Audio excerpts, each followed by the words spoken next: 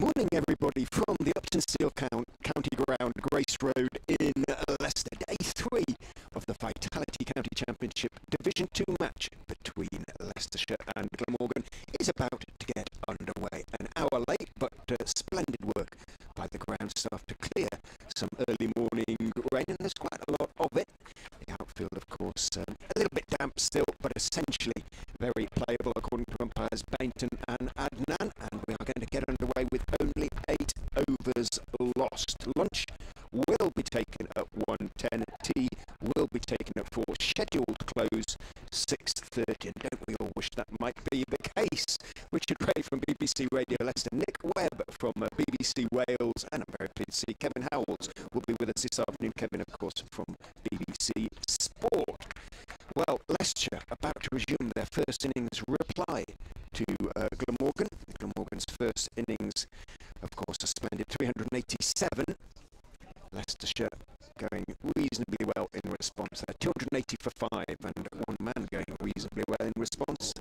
Not for the first time this season is Peter Hanscom. Hanscom, the Australian international, about to resume on 102 not out. With him, the night watchman, but rather more than that, I think Scott Curry, who is 13 not out.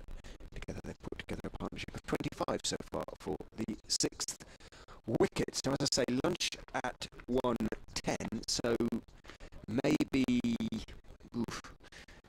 18, 20 overs this morning in what is left of the morning session. As I say, 88 overs, hopefully to be played. Now, our apps have been both at variance and fairly unreliable in terms of the weather so far, haven't they, Nick? But suggestions of possibility, sort of, I'm getting 30% of another shower or two before the morning is out. Fingers crossed. Yeah, I'd be surprised if we went through from now until the close uninterrupted, but we take advantage of what cricket we have as and when.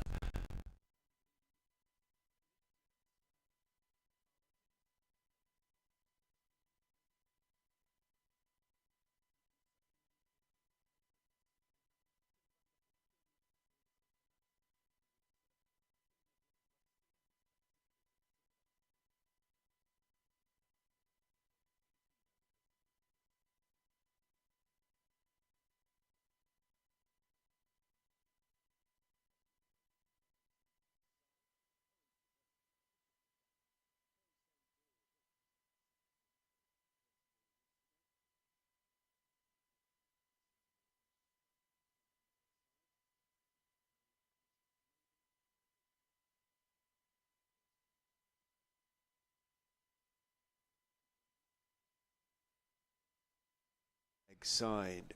No noticeable thing about the pitch yesterday was the number of deliveries beginning to keep low as Van der Hoogten is in to Curry, who works him away through mid-wicket nicely. Should be a couple.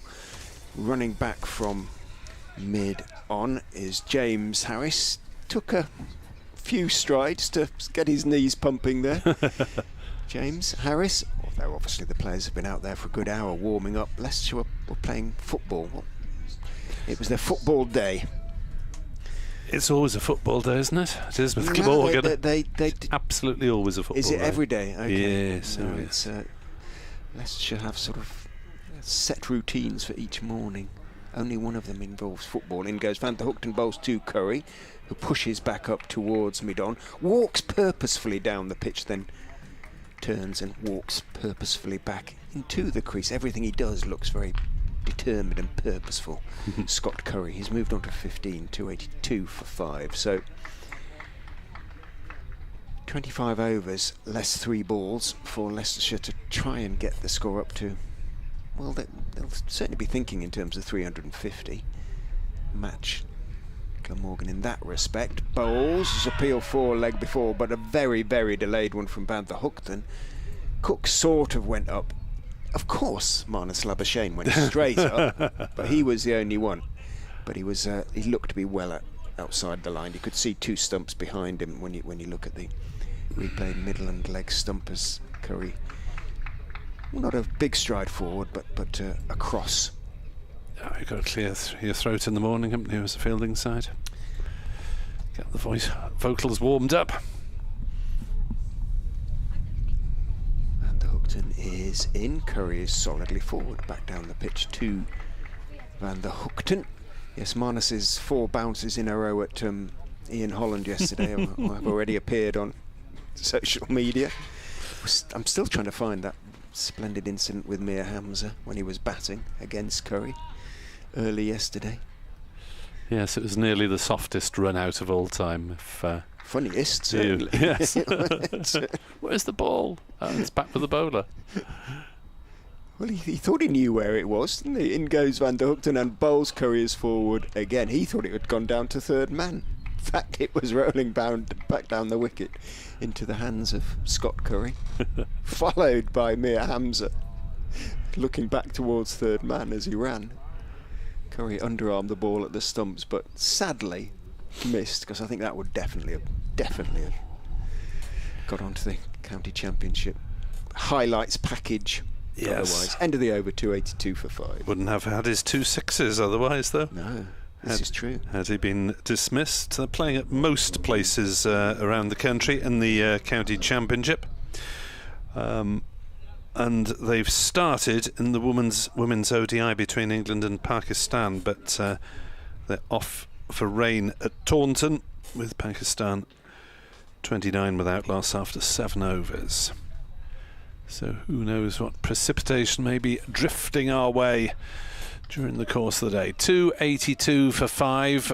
There is some rather dark cloud in the distance, which Richard suggests may be coming our way. Ul Hassan is in to bowl to Hanscom, who plays to Byram just forward of the umpire. And there's no run. Elsewhere in Division 2, Gloucestershire 318 for 4 in reply to Derbyshire's 526. Both Bracey and Van Buren have got centuries at Bristol and are still together. Ul Hassan is in to bowl, and forward comes Hanscom defending, and there's no run. At Lords, Middlesex 100 for 1, Sam Robson 60 not out in reply to Sussex's Mammoth 554 for 9 declared. And at Northampton, Yorkshire 38 for 2 in their second innings. That is a lead of 99 over the home county Northants. Ul Hassan in, bowls, worked away on the leg side by Hanscom. No run, straight to Byram again. Ul Hassan persevering, really struggling for wickets this season, but one thing he doesn't struggle to do is to keep the scoring rate fairly low. Umpire Adnan is having a look at something. Right, what's he having a look at? An area just off the square, maybe. Damp, is it? Or where he's suggesting that it is a bit of a damp patch. Well, I'm not quite sure whether his attention was brought to that by one of the players, because it's not on the run-up. So the umpires are striding across to look at an area that's around about mid-off, and in a sort of tight single saving situation, the umpires prod around suspiciously and point at that area. Now, are they going to call for some attention from the ground staff? It would not look great if they went off now, having said that play could start and it was safe. There's obviously an area of concern, isn't there? They come and fork it, or do they put the? They are calling. What are they calling for? The blotter, and they're taking everybody off. Well, goodness. 9 balls into the day's play and 2 runs, and we're going to have a delay. Looks like it'll only be a fairly short one, so we'll go through a few scores elsewhere, and hope that the delay is only a few minutes. In Division 1 then, Hampshire against Surrey. Wow. Hampshire 599 for 6 in reply to Surrey's 127 all out. And Ben Brown, the keeper, is 160 not out for Hampshire. Michael Neser failed to join in the run-scoring party, the former Glamorgan all-rounder. He was out for just 3. But Hampshire utterly in control against Surrey, and will be pressing for an innings win there. At Canterbury, Kent against Essex. Kent 151 for 4 in reply to Essex's mammoth 591 for 7 declared.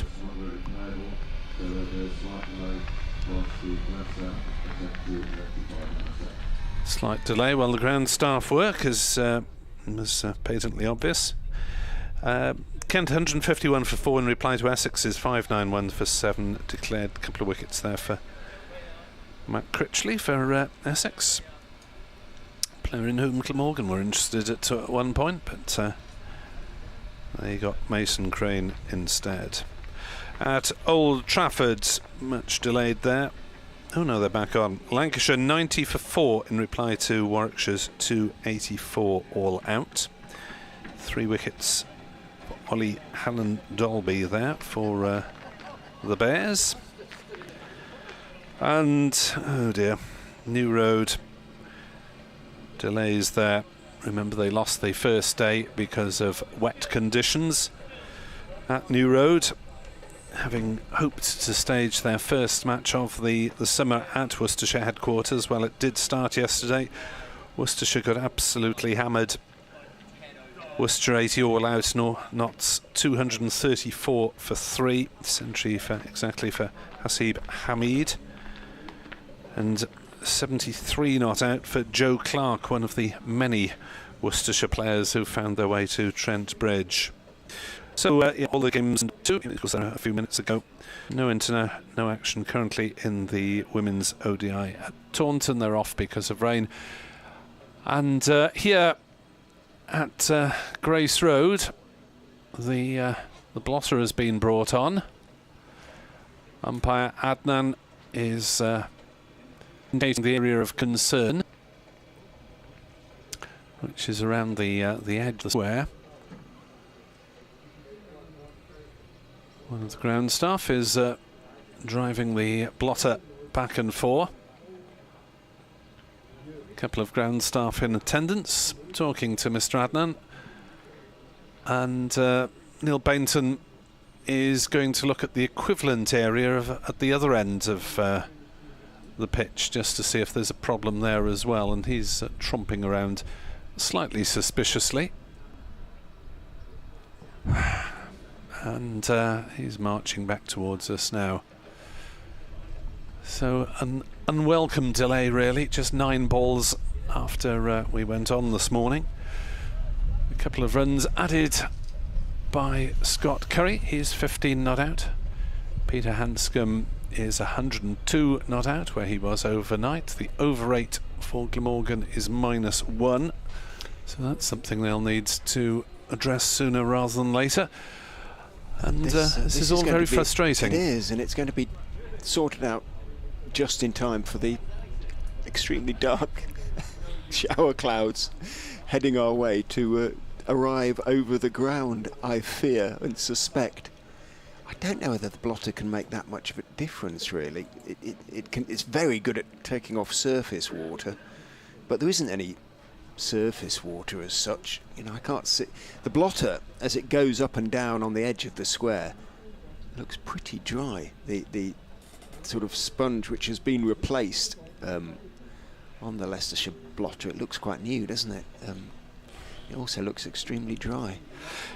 Yeah, you would have thought that the area around the square would be one of the prime areas of concern for the umpires before deciding. Yeah, and we can't really criticise them from being keen to get back on, but maybe just a little area or two escaped their diligence, and now they're looking at the other end of the ground. They're also pointing up at the cloud, so they're saying, should we get the covers on as a precaution, I fear. Is it? Yeah, that is heading fairly inexorably towards us, and it looks highly likely, given the darkness of that cloud, that it contains some rain. So frustration here at Grace Road. which is bathed in glorious sunshine at the moment. Looks a picture. And we could be getting, half an hour's play in before the rain comes, but sadly not possible at the moment. The blotter is going off towards the boundary. It's got quite a big turning circle, hasn't it? It needs to go quite a long way to get it to line. It's having a go at the other end of the ground now, by the look of it. The area of concern has been, quote unquote, dealt with, and another area of concern has been found. All of this is miles from the run-ups, which were well covered during the rain.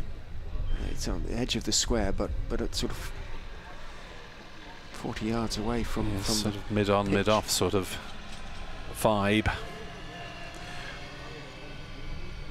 Right. Now the clouds are coming over, and Grace Road is being bathed in comparative darkness. You may just pick up the wind picking up a fraction as well. And it's looking slightly more gloomy out there now. There's a tractor whizzes round as well. It's the that's a single tractor, so he can't be dragging a rope. No, he's going to get the covers. I'm pretty sure he's going to bring on the pitch covers. Yes. Maybe just as a precaution while they're dealing with this, these areas of concern. I think the catering staff could be on standby for an early lunch at the moment, the way I suspect things are going. Nightmare for them, isn't it? They've been told it's going to get everything ready for 10 past. Yeah. Actually, can you manage it an hour earlier? Yes, not if you want to avoid salmonella. Remember once in Cardiff, about 20 past 12 or whatever, they were waiting for the pitch to dry out, and it looked as though they were going to play after lunch, so they announced early lunch will be taken at 12:30. And a couple of moments later, another announcement. Lunch will actually start at 12:40, because obviously something wasn't quite cooked yet, and the players weren't ready. Right, what's Mr. Bainton? They've been summoned. He's waved at the players' changing rooms, which are just below us up here on the roof of the pavilion, and put a large thumbs up, saying, "Come on out. We're going to crack on while we can." So, well. Good. We're going to get a few more deliveries. How many more as the dark clouds roll increasingly threateningly towards the ground remains to be seen. But the chef will be relieved anyway, I suspect, for now. Yes, this is looking very threatening stuff, but they have to try and play, I suppose, with the sun out, even if it is for 5 minutes, unless the umpires think it's inevitable that it's going to rain, and therefore they need to get the covers on to possibly enable a bit of more playing time later in the day. But the tractor is hooked up to the covers by the look of it. Reports of brief but fairly heavy showers in the Coventry area. Today, for once, the weather isn't quite coming from that area. It's coming from a more easterly direction. It usually comes from sort of over the scoreboard. Yeah. It's going across. Anyway, here come the Glamorgan players. James Harris rolling his shoulders, rolling his arms enthusiastically. Now, is Mir Hamza among their number? Because he was suffering with something of a tight hamstring yesterday, apparently. Can we see number 92? No, Andy Gorvin's out there as a subfielder. Yeah, not so far. So Glamorgan are a bowler down at the moment. With a hamstring, as are Leicester. Leicestershire definitely have lost Tom Scriven for the duration of the game. In terms of bowling, we may yet see him out there batting today. 3 more overs have been lost, so that's 11. 85 scheduled for the day.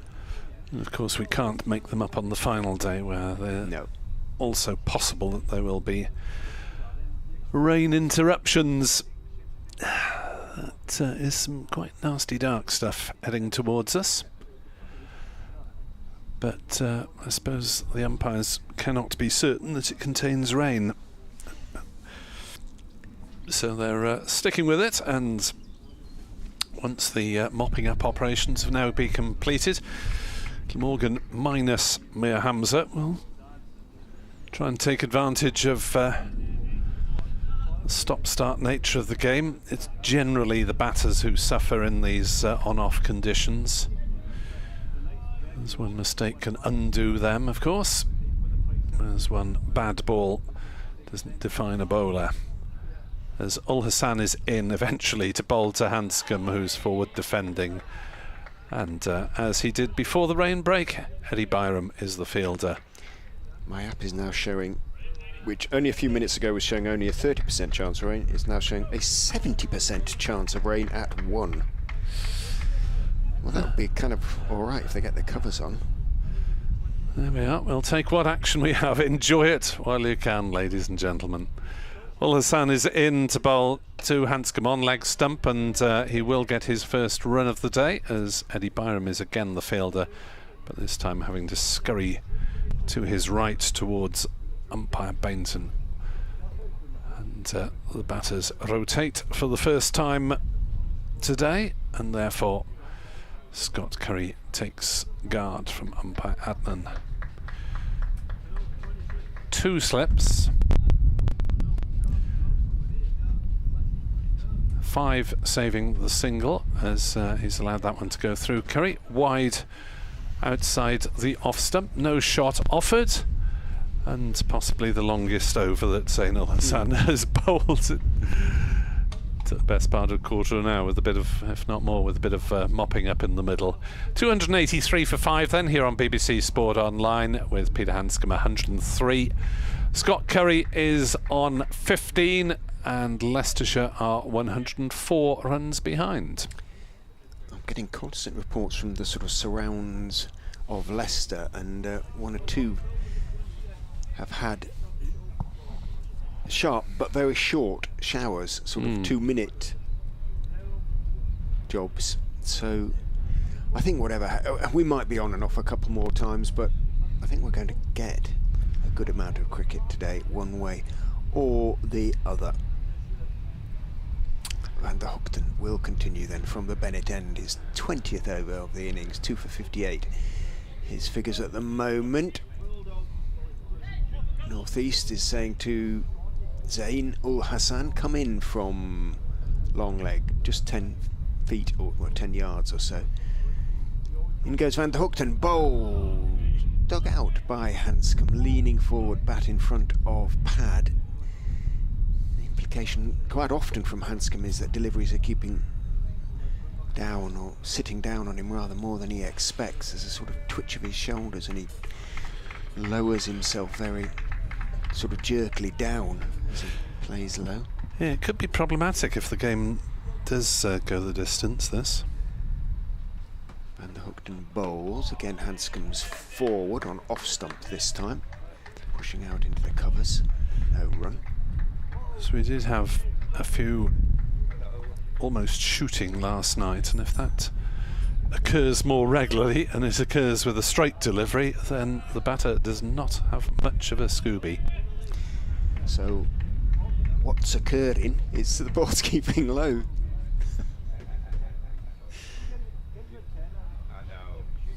In goes Van der Hoogten, bowls, pushed out off Midland leg by Hanscom towards mid-on. I'm sure that people have adopted that from Gavin and Stacey, haven't they? The what's occurring thing. But still very much a South Wales-ism. What's occurring? I suppose so. Says an unimpressed Nick Webb. Well, not having lived outside South Wales in recent times. Van der Hoogten bowls, forced off the back foot by Hanscom, but down into the ground. Carlson bounces onto the ball and threatens to hurl it at the non-strikers. And yes, we established yesterday what an insular individual. You'd never been to Norfolk. Well, it's patchy, isn't it? I mean, I've worked at various locations around the world briefly, but none to compare with South Wales. Van der Hoogten is in and bowls. That's a shout for leg before, and he's got his man. Hanscom brief stay at the crease today. That stayed a little bit low, and he got away with one or two. Peter Handscomb, not that one. He has only added one to his overnight score before being pinned leg before by Tim van der Hoogten, and Glamorgan have a second bowling bonus point. They've got an early breakthrough, an important one as well. They still lead, remember, by 105. So the possibility of a decent first innings lead still fairly high. Applause though for Peter Handscomb. Let you hear that as he leaves the field.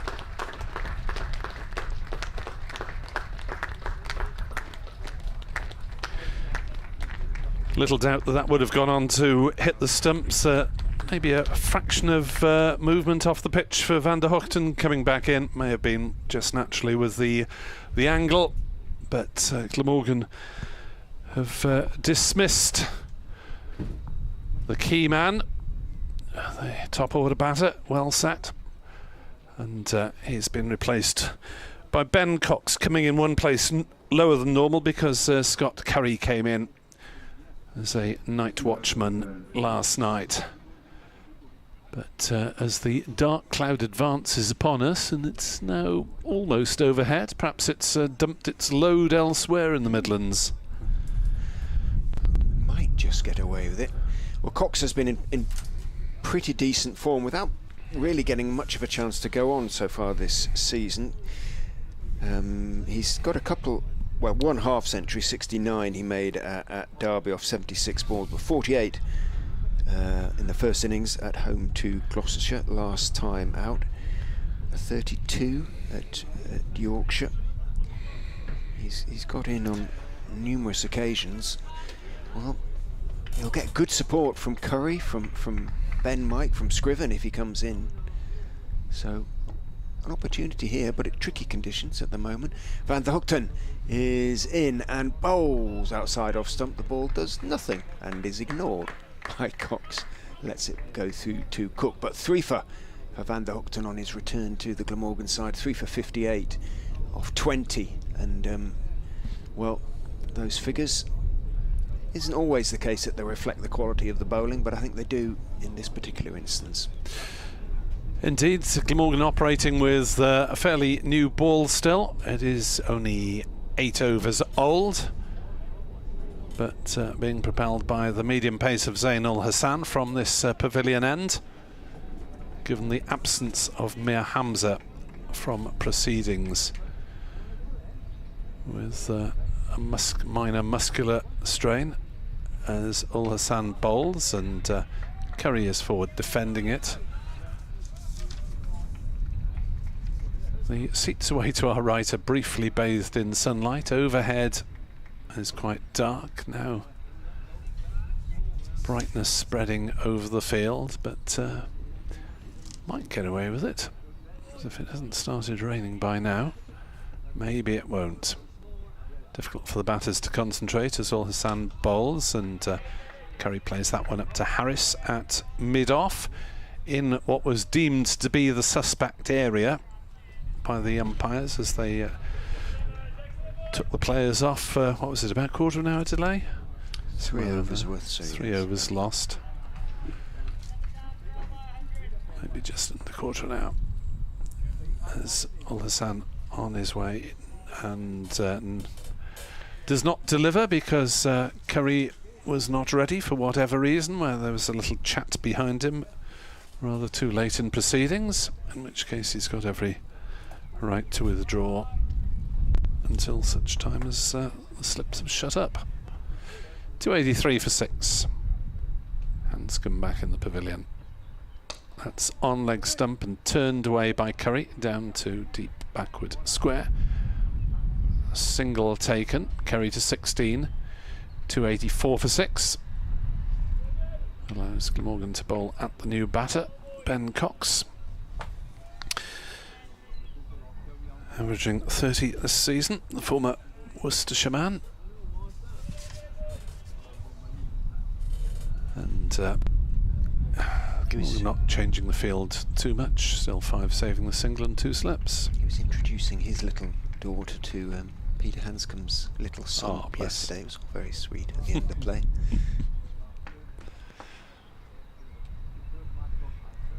Al-Hassan bowls, Cox defends.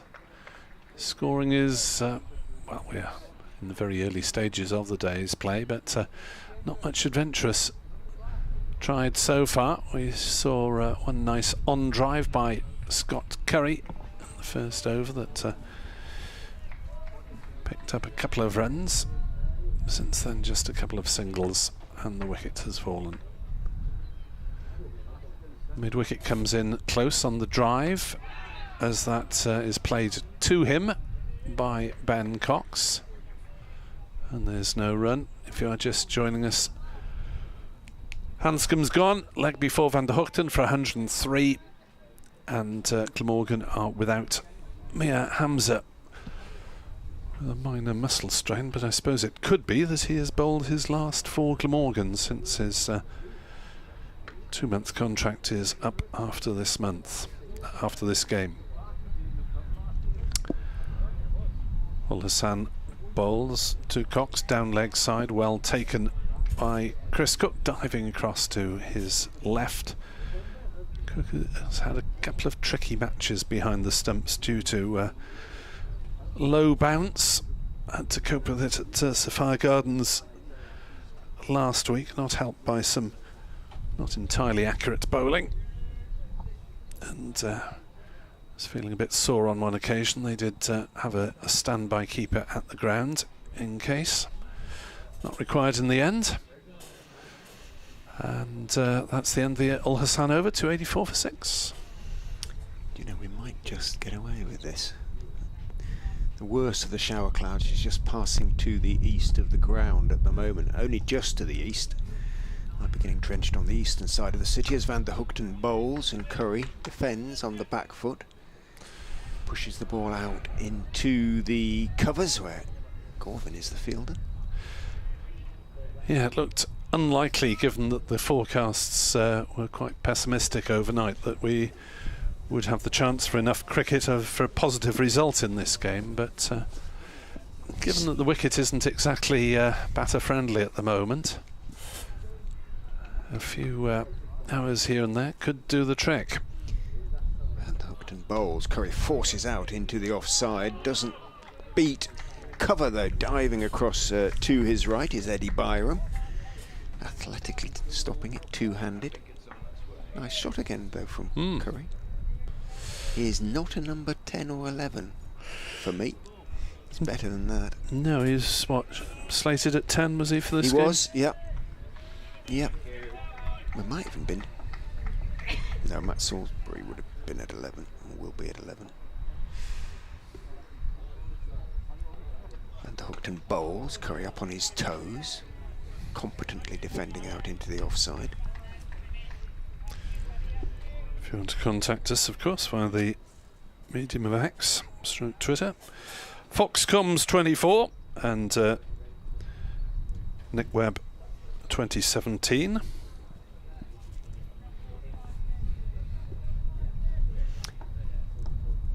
Four and 5 here. Van der Hoogten gets personal encouragement.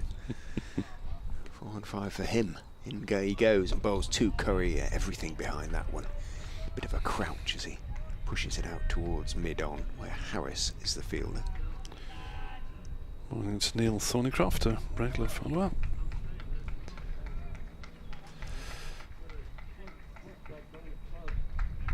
Edward Cooper pointing out the clock on the scorebox is correct twice in 24 hours. Absolutely. It's always quarter past 10. Yeah, it's disappointing because I say it was all renovated a couple of seasons ago. In goes Van der Hoogten, Curry is forward. You heard the call of no as he saw Carlson closing on the ball from, I beg your pardon, Gorvin closing on the ball from cover. Edward, who's at the ground, also says should have time to review the Hobbit housing. It's not a bad name for the Hobbit housing for those yes, little yeah, they are. green barrel type constructions. I did say they kind of looked a bit like Hobbit holes, Yes. didn't they? All the entrance halls to the Hobbit holes, which seem to be quite extensive affairs, judging by the films. Where's Martin Freeman?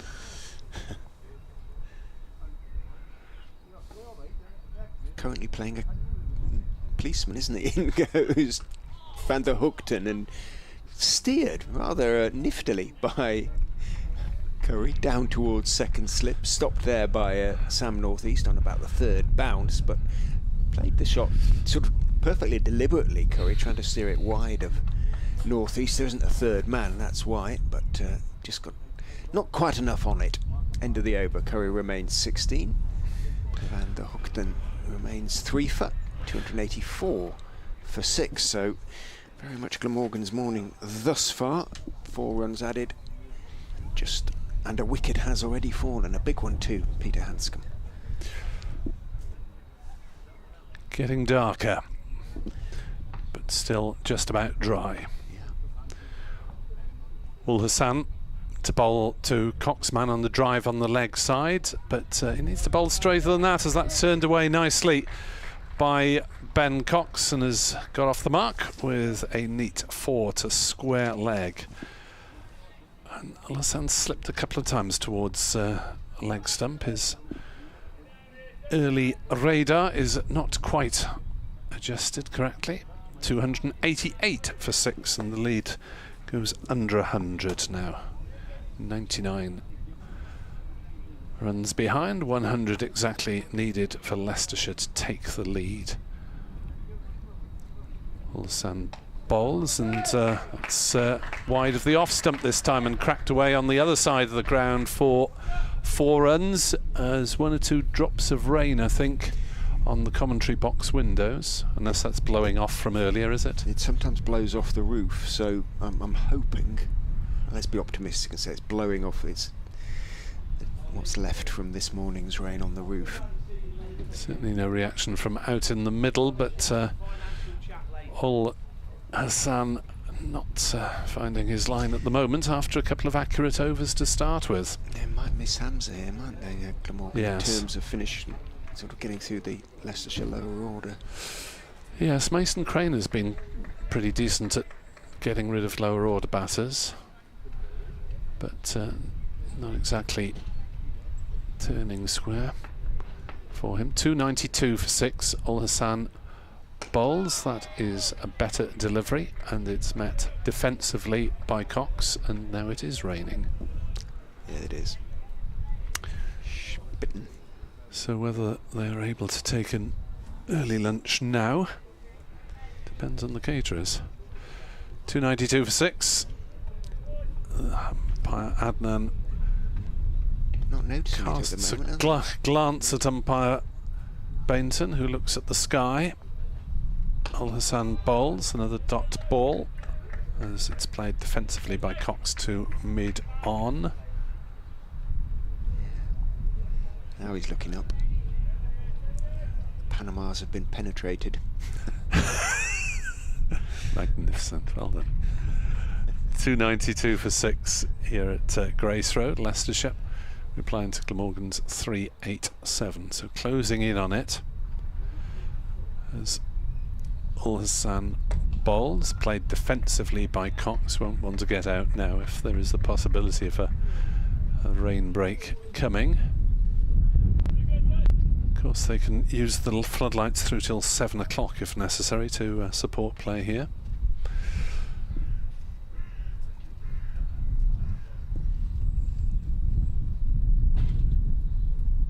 The crowd numbers, must be said, are pretty sparse today, as you might expect given the weather forecast, as forward comes Cox to defend.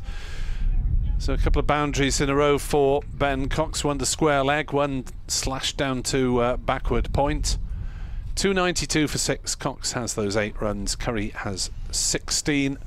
We are scheduled to take lunch at 1:10. Are we going to get there? The rain does not seem to be getting any worse. Therefore the umpires are staying out. Just spots at the moment, fingers crossed it remains that way. That was a fairly gentle over from Ul Hassan, wasn't it? It could well be an issue, lack of Hamza.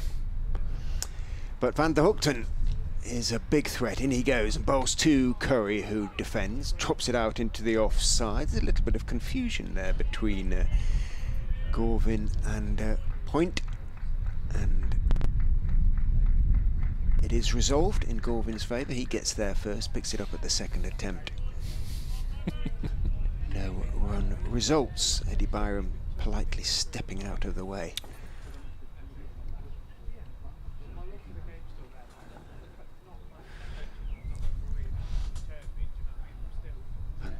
Bowls. Curry is forward. He says it came back into him. He took his bottom hand off the bat as he defended it out, sort of in a front foot crouch, Curry, but he got everything behind it again, pushed it out to Carlson at mid wicket. No run. Freddie Jones on Twitter likes the phrase "Panamas have been penetrated." He says it sounds like a bestseller. Yes. Jots it down just in case. By retirement, writing books, who knows. Van der Hoekton is in, nice and straight, fullish again, pushed back down the pitch to him. He reaches out to his right, the Netherlands international, and I don't think deliberately tried to flick the ball onto the stumps. Almost had that effect there, but all happened fairly slowly, so Cox all the time in the world to get back, make sure his bat was in his ground or his feet. So it sounds like some sort of international spy thriller. Panamas have been penetrated.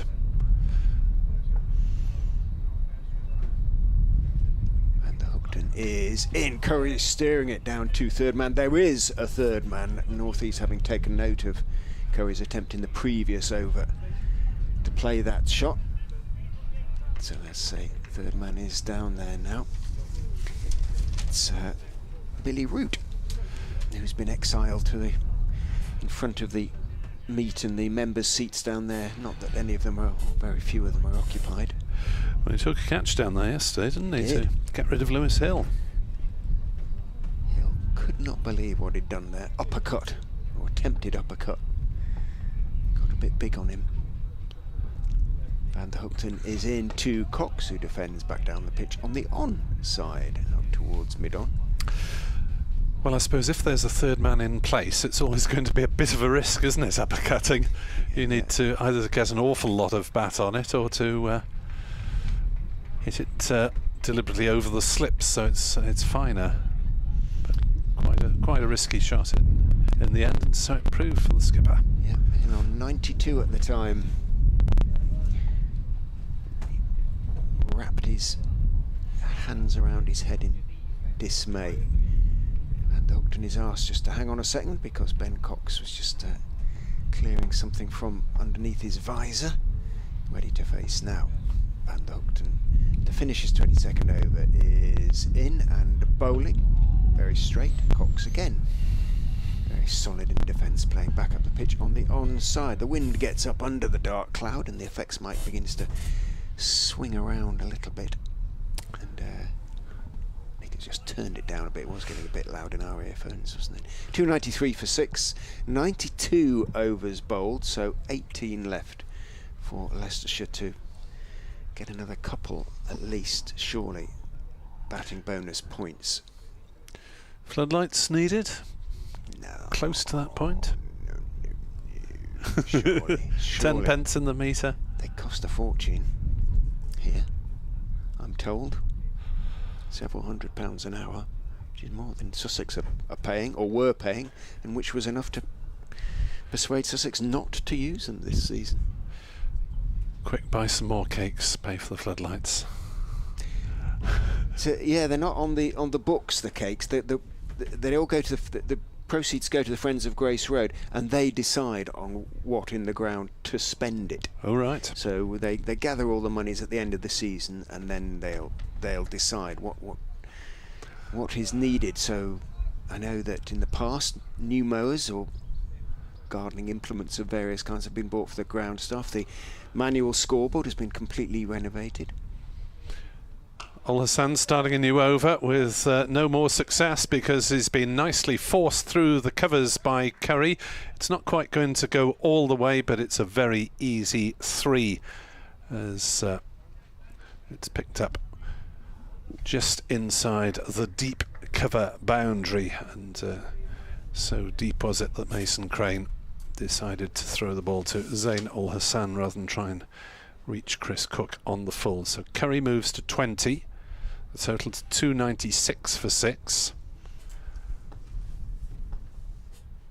There's Ul Hassan on his way. Bowls, and it's again forced through the covers, and this time I don't think it's going to have to be chased down. That's not going to go. Oh, it's going to stop. Are they going to run 4, aren't they? James Harris gets there, turns, and so do the batters. Harris gets his throw in towards Ul Hassan, and they have run 4.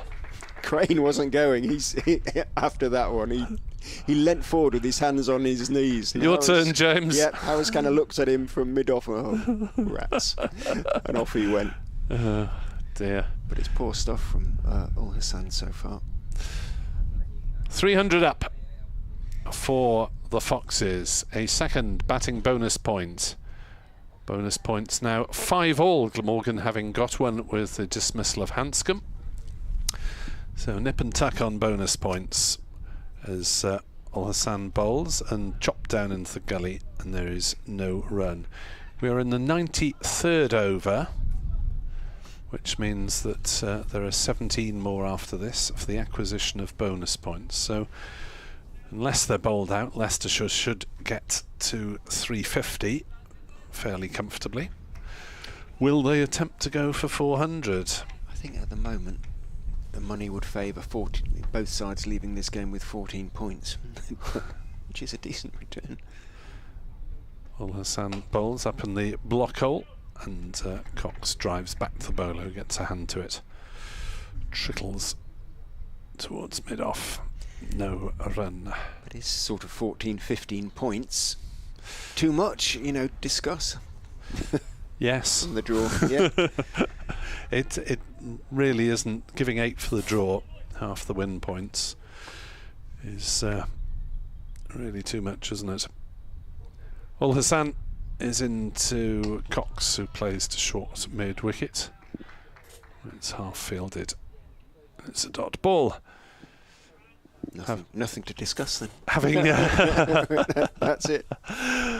Well, yeah, but I know what you mean. It's like in the days of football, obviously, where you had 2 points for a win and 1 for the draw, and for the last several decades it's been 3 for a win and 1 for the draw to encourage sides to go for the winner. 16-5 is very similar, isn't it? As Ul Hassan bowls, rediscovered his line to some extent. Cox defends 300 for 6, but not been a great opening spell from Ul Hassan with this relatively new ball, and maybe Harris needs to be brought into the attack. And here comes some precipitation, and this time the umpires have got no doubt, and they knocked the stumps out of the ground to enable the covers to be brought on. It is raining fairly heavily at the moment. How long it will be for, we're not sure. Not too long. 300 for 6. Are we going to call lunch? You suspect this may be the case. I agree. It would make sense to have it now, wouldn't it? So the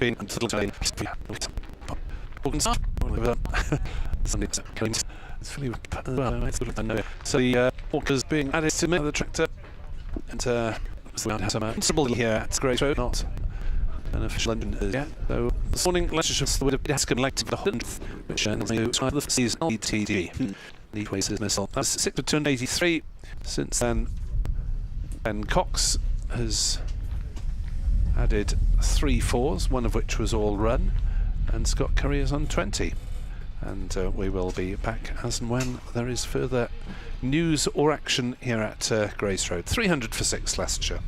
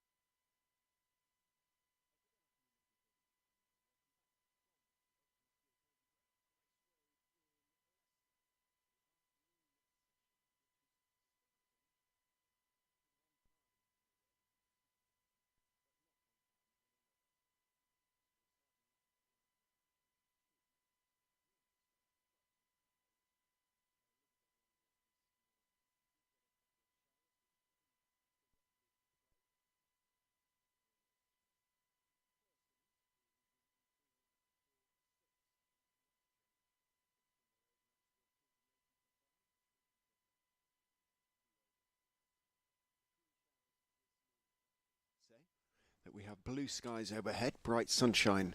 At the moment, away to the east, there's some horrid looking dark cloud, but it is heading sort of away from the ground, and fingers crossed we will be okay for the 73 overs that remain. Nick Webb of BBC Wales and myself, Richard Ray of BBC Radio Leicester, your commentators for the game. Hope to be joined later on this afternoon by Kevin Howells of BBC Sport. And hopefully we'll get back into some sort of rhythm, Nick, which we haven't been in this morning. No, absolutely not. We were on for 9 balls, then off for a bit of mopping up. And another 4 overs. There we are. There's the announcement. So we've had 8 bowled today, I believe. We've lost 15. Then, yes. Overall. 73 possibly remain.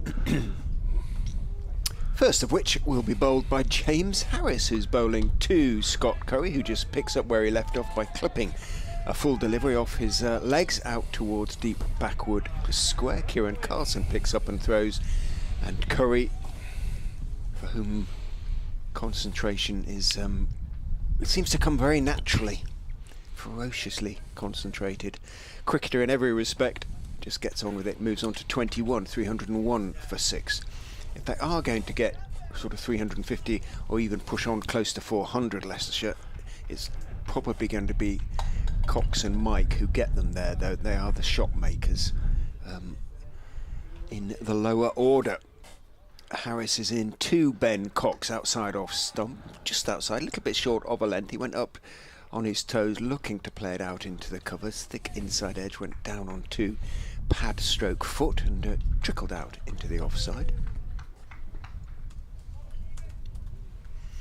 Leicestershire trail then, overall match situation, by 86 runs with 4 wickets remaining. But time and again this season, those last 4 or 5 wickets have put on 100 plus runs for Leicestershire. In goes Harris, and that's going to be a 1-2 Cox, stylishly. He's a stylish batsman, Cox. He's obviously got an awful lot of ability. Excuse me, he whips it out towards deep mid wicket where Zain ul Hassan is the fielder. We do have Mir Hamza back on the field, have we? That's him down at long leg, I believe. No, that is Zain ul Hassan. Oh, sorry, the other one. No, that's Carlson out sorry, there, isn't it? Or is it? I thought I saw Gorvin on earlier, so. Gorvin certainly was on this morning, wasn't he? And he's been in the covers for the most part. Yeah, no, that's Carlson, I think. In goes Harris, bowls down the leg side, whipped down on the bounce to Ul Hassan. Neatly played off his hip by Curry. You wouldn't normally find Kieran Carlson at deep square. So it's so bright out there that it is Carlson, though, isn't it? Yeah, I was going to say that may be an indication that Glamorgan are going to bowl a bit of short pitch stuff and they want someone fleet of foot out in the deep there. Well, that was a sort of half bouncer onto the hip of Curry. He played it well. Harris is into Cox. That's a line and length delivery. Sorry, it sounded like, goodness me, that's a hog and a half. Trumpets of the apocalypse heading up Milligan Road. In fact, I think it was probably one of the outlaws on there. It looked a fairly substantial piece of machinery. Oh, did it? You saw it, did you? I saw something large and 2-wheeled flash past. Was it just 2 wheels, or was it one of these sort of 2 wheels at the back, one at the front, trike massive things? Oh, might have been. Scarily noisy. In goes Harris and bowls an awful bouncer down the leg side, loops through, taken on the second bounce by Chris Cook, and Cox just ignored it, really, just looked levelly back down the pitch at James Harris, who's now staring at his follow through as though that was what was responsible. 303 for 6, Cox 13, Curry 22, 94 overs bowled, so 16 left for bonus points. 1 available to Glamorgan, 1 more available to Glamorgan, 1 more, well, I suppose 2 more available to Leicestershire. Theoretically 3 more, but I think 450 would be yes, I suppose lunatic optimism, really. And Glamorgan are a bowler short, with Mir Hamza still off the field. So we can see Mason Crane back in action. Bowled quite nicely yesterday. Hasn't been getting a huge amount of assistance from the pitch. It is early in the third day, really, in terms of playing time. So a nice new ball, though, in his hands. Yes, it's only 14 overs old, so a bit harder than usual, as his first ball is defended by Curry on the offside. Bit of turn, but so slow, the turn. Yes, it's wasn't quite going 90 degrees last week in Cardiff, but 45 degrees at times. Crane is in to bowl to Curry on 22 not out on leg stump, and carefully watched by Scott Curry as if it were an exploded device. Registering suspicion in every inch, wasn't it? Defended it competently. 303 for 6, 84 in arrears. 4 wickets still standing as Crane bowls. Driven nicely by Curry all along the ground, up to Harris at mid-on. And there is no run. Once more the skies darken ahead of us, where the weather is coming from, as that is defended by Curry out on the offside, and there's no run. Is that heading our way, do you think, Richard? That darker stuff in the distance? Which side are we looking at? Straight ahead. No, not too bad, is it? May or may not contain rain as Curry is forward. On either side there looks to have been some, but yes, but it is been relatively fortunate so far. I think, yeah, split. Slip short extra cover on the drive, mid-wicket more or less on the drive, as Curry is beaten by the turn there. Looking to swat it through mid-off. Played and missed. Through to Chris Cook. 303 for 6. A nice opening over of the day from Mason Crane. It's his second maiden. And he still has 0 for 41. The over rate is still -1, which may be one of the reasons for getting Crane on, just in case there's more bad weather around. They don't have a chance to make up time for any reason. But tidy little start from Mason Crane. Van der Hoogten bowled well before lunch. Ul Hassan not so well. Harris in from the Bennett end. Bowls, super ball that beats Cox. Leaves him, perhaps. And Cox looks nonplussed. Amazed at how much... Well, as we keep emphasising, the ball pretty much should be at its best, shouldn't it? 15 overs old. No lacquer left on it. Should be just hard, and the seam should be pronounced, and there should be plenty of shine on one side. Let's see just how much that did, actually. Just a nice piece of swing, really. Nice line from Harris. Moved away, swung away, beat the bat.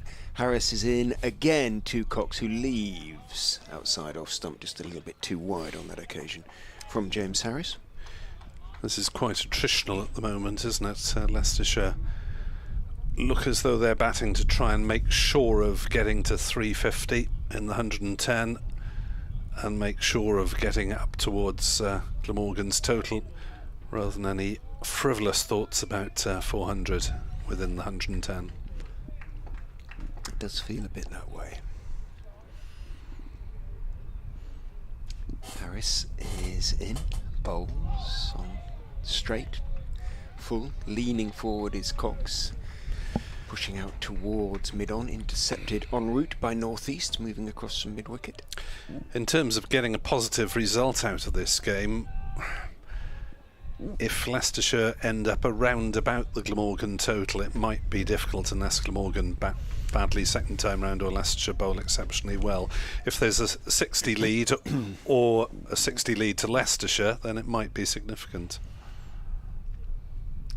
Harris bowls, Cox drives without timing it, bounces out towards mid-off, and there's no run. Yeah, might be difficult.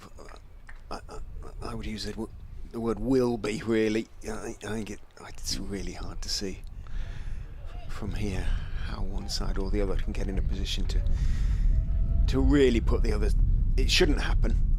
Stranger things have happened, that is for sure. Unless the pitch really starts playing up. Yeah, I mean 15 overs is quite a chunk out of the day already. Harris in, bowls nice and straight, and Cox respectful, just leans forward into the defensive press, holds the pose, high left elbow, runs it out to Van der Hoogten at mid-on. Congratulations to the chefs and the catering staff who managed to cope with all the changing time of lunch, which changed several times this morning, one way or another.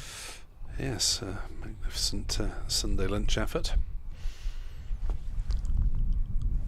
Harris bowls, bouncer, Cox just bends his right knee and sort of leans back, lets it sail through. It's a nice straight bouncer from Harris. It's pretty decent overall from him. I think there was just the one run from it. 303 then for 6. Relevant figure as much as any is the number of overs left before 110 is up, and that is 14. 14 overs for Glamorgan to take 3 wickets, and for Leicestershire to score 47 runs at least. Yeah, that, unless there's a clatter of wickets, should be relatively easy. Glamorgan would prefer it if Leicestershire were trying to go on the offensive and get another point, because that would increase in turn the chances of Glamorgan getting an extra point. They'll have to work hard to get these 3 wickets in the next 45 minutes or so, especially when Curry is playing firm forward defensives as he does there to the first ball of the Crane over. Always good to watch a spinner bowling what could be a long spell if all goes well with him.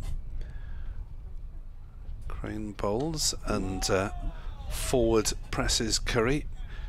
He must be developing a few long distance muscles that he hasn't had to in the last couple of years.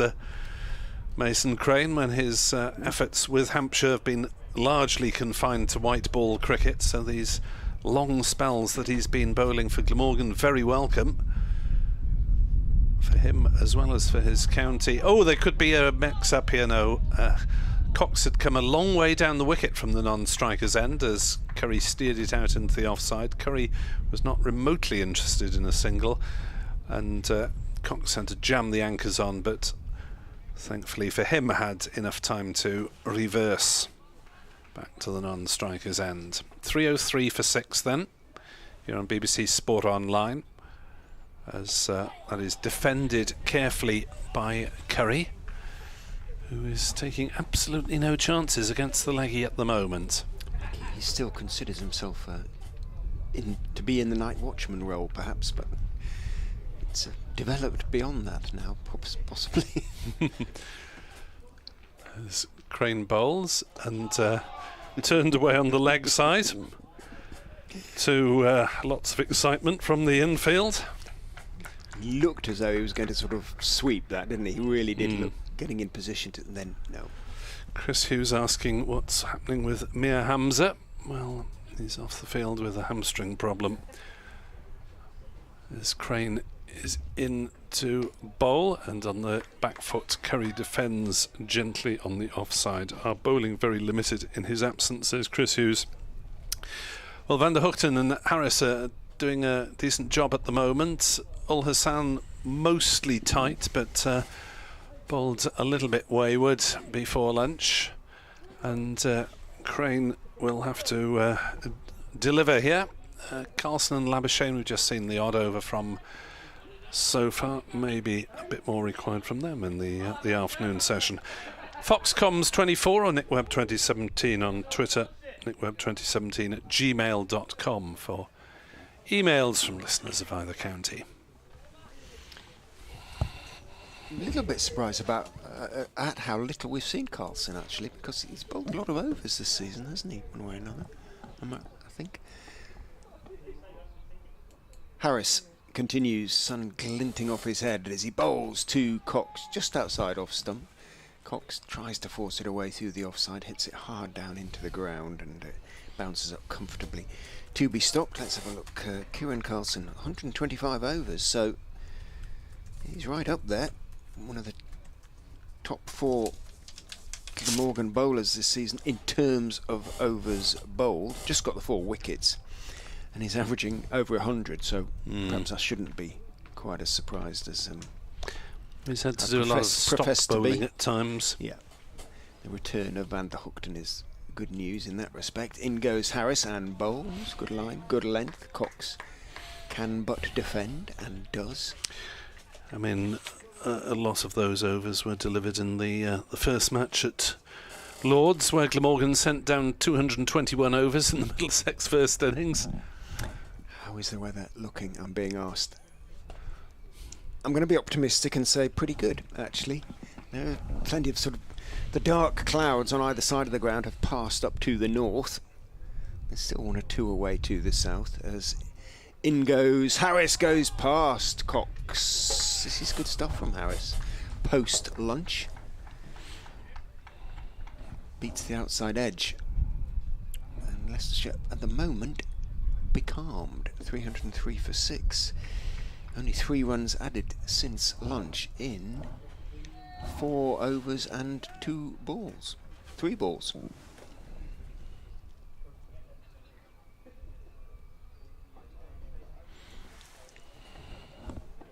Harris turns, runs athletically down the slope and bowls to Cox, who forces it out into the offside, but again he can't get it through at point because falling across to his right, it wasn't too difficult to stop, but would have been easy to miss it. Byram didn't. 2 hands to his right made the stop. It's a little bit stalematey at the moment, isn't it? Some decent tight bowling, some cautious batting, and we're still only 16 wickets into the game in the what should be the 8th session. Harris bowls full outside off stump, driven away for 4. The half volley, well, what do I know? It had been a good over up to that point, but it was a half volley. It was wide and relieved, I suspect. Cox, a delighted Cox, went down on one knee and crashed it away. The gap between Gorvin and Byram. Gorvin at sort of wideish cover. He's trying to cover both cover and extra cover. It is a shortish side of the ground, isn't it? It so is. If anyone gets going, you probably need a sweeper over there. Cox on to 17, 307 for 6. 80 behind. In goes Harris, bowls. Gets his line right on that occasion, but he's still cross with himself for that previous delivery. Turns and in disappointed manner takes his cap from umpire Bainton. 307 for 6 remains. The score 98 overs gone. 12 remain to both sides to maximise their bonus point return. Bright sunshine at the moment then for Mason Crane to continue twirling from this pavilion end. Small group of Welsh spectators down beneath us. A couple of the committee here as well, enjoying their luncheon. On a neighbouring table, 307 for 6.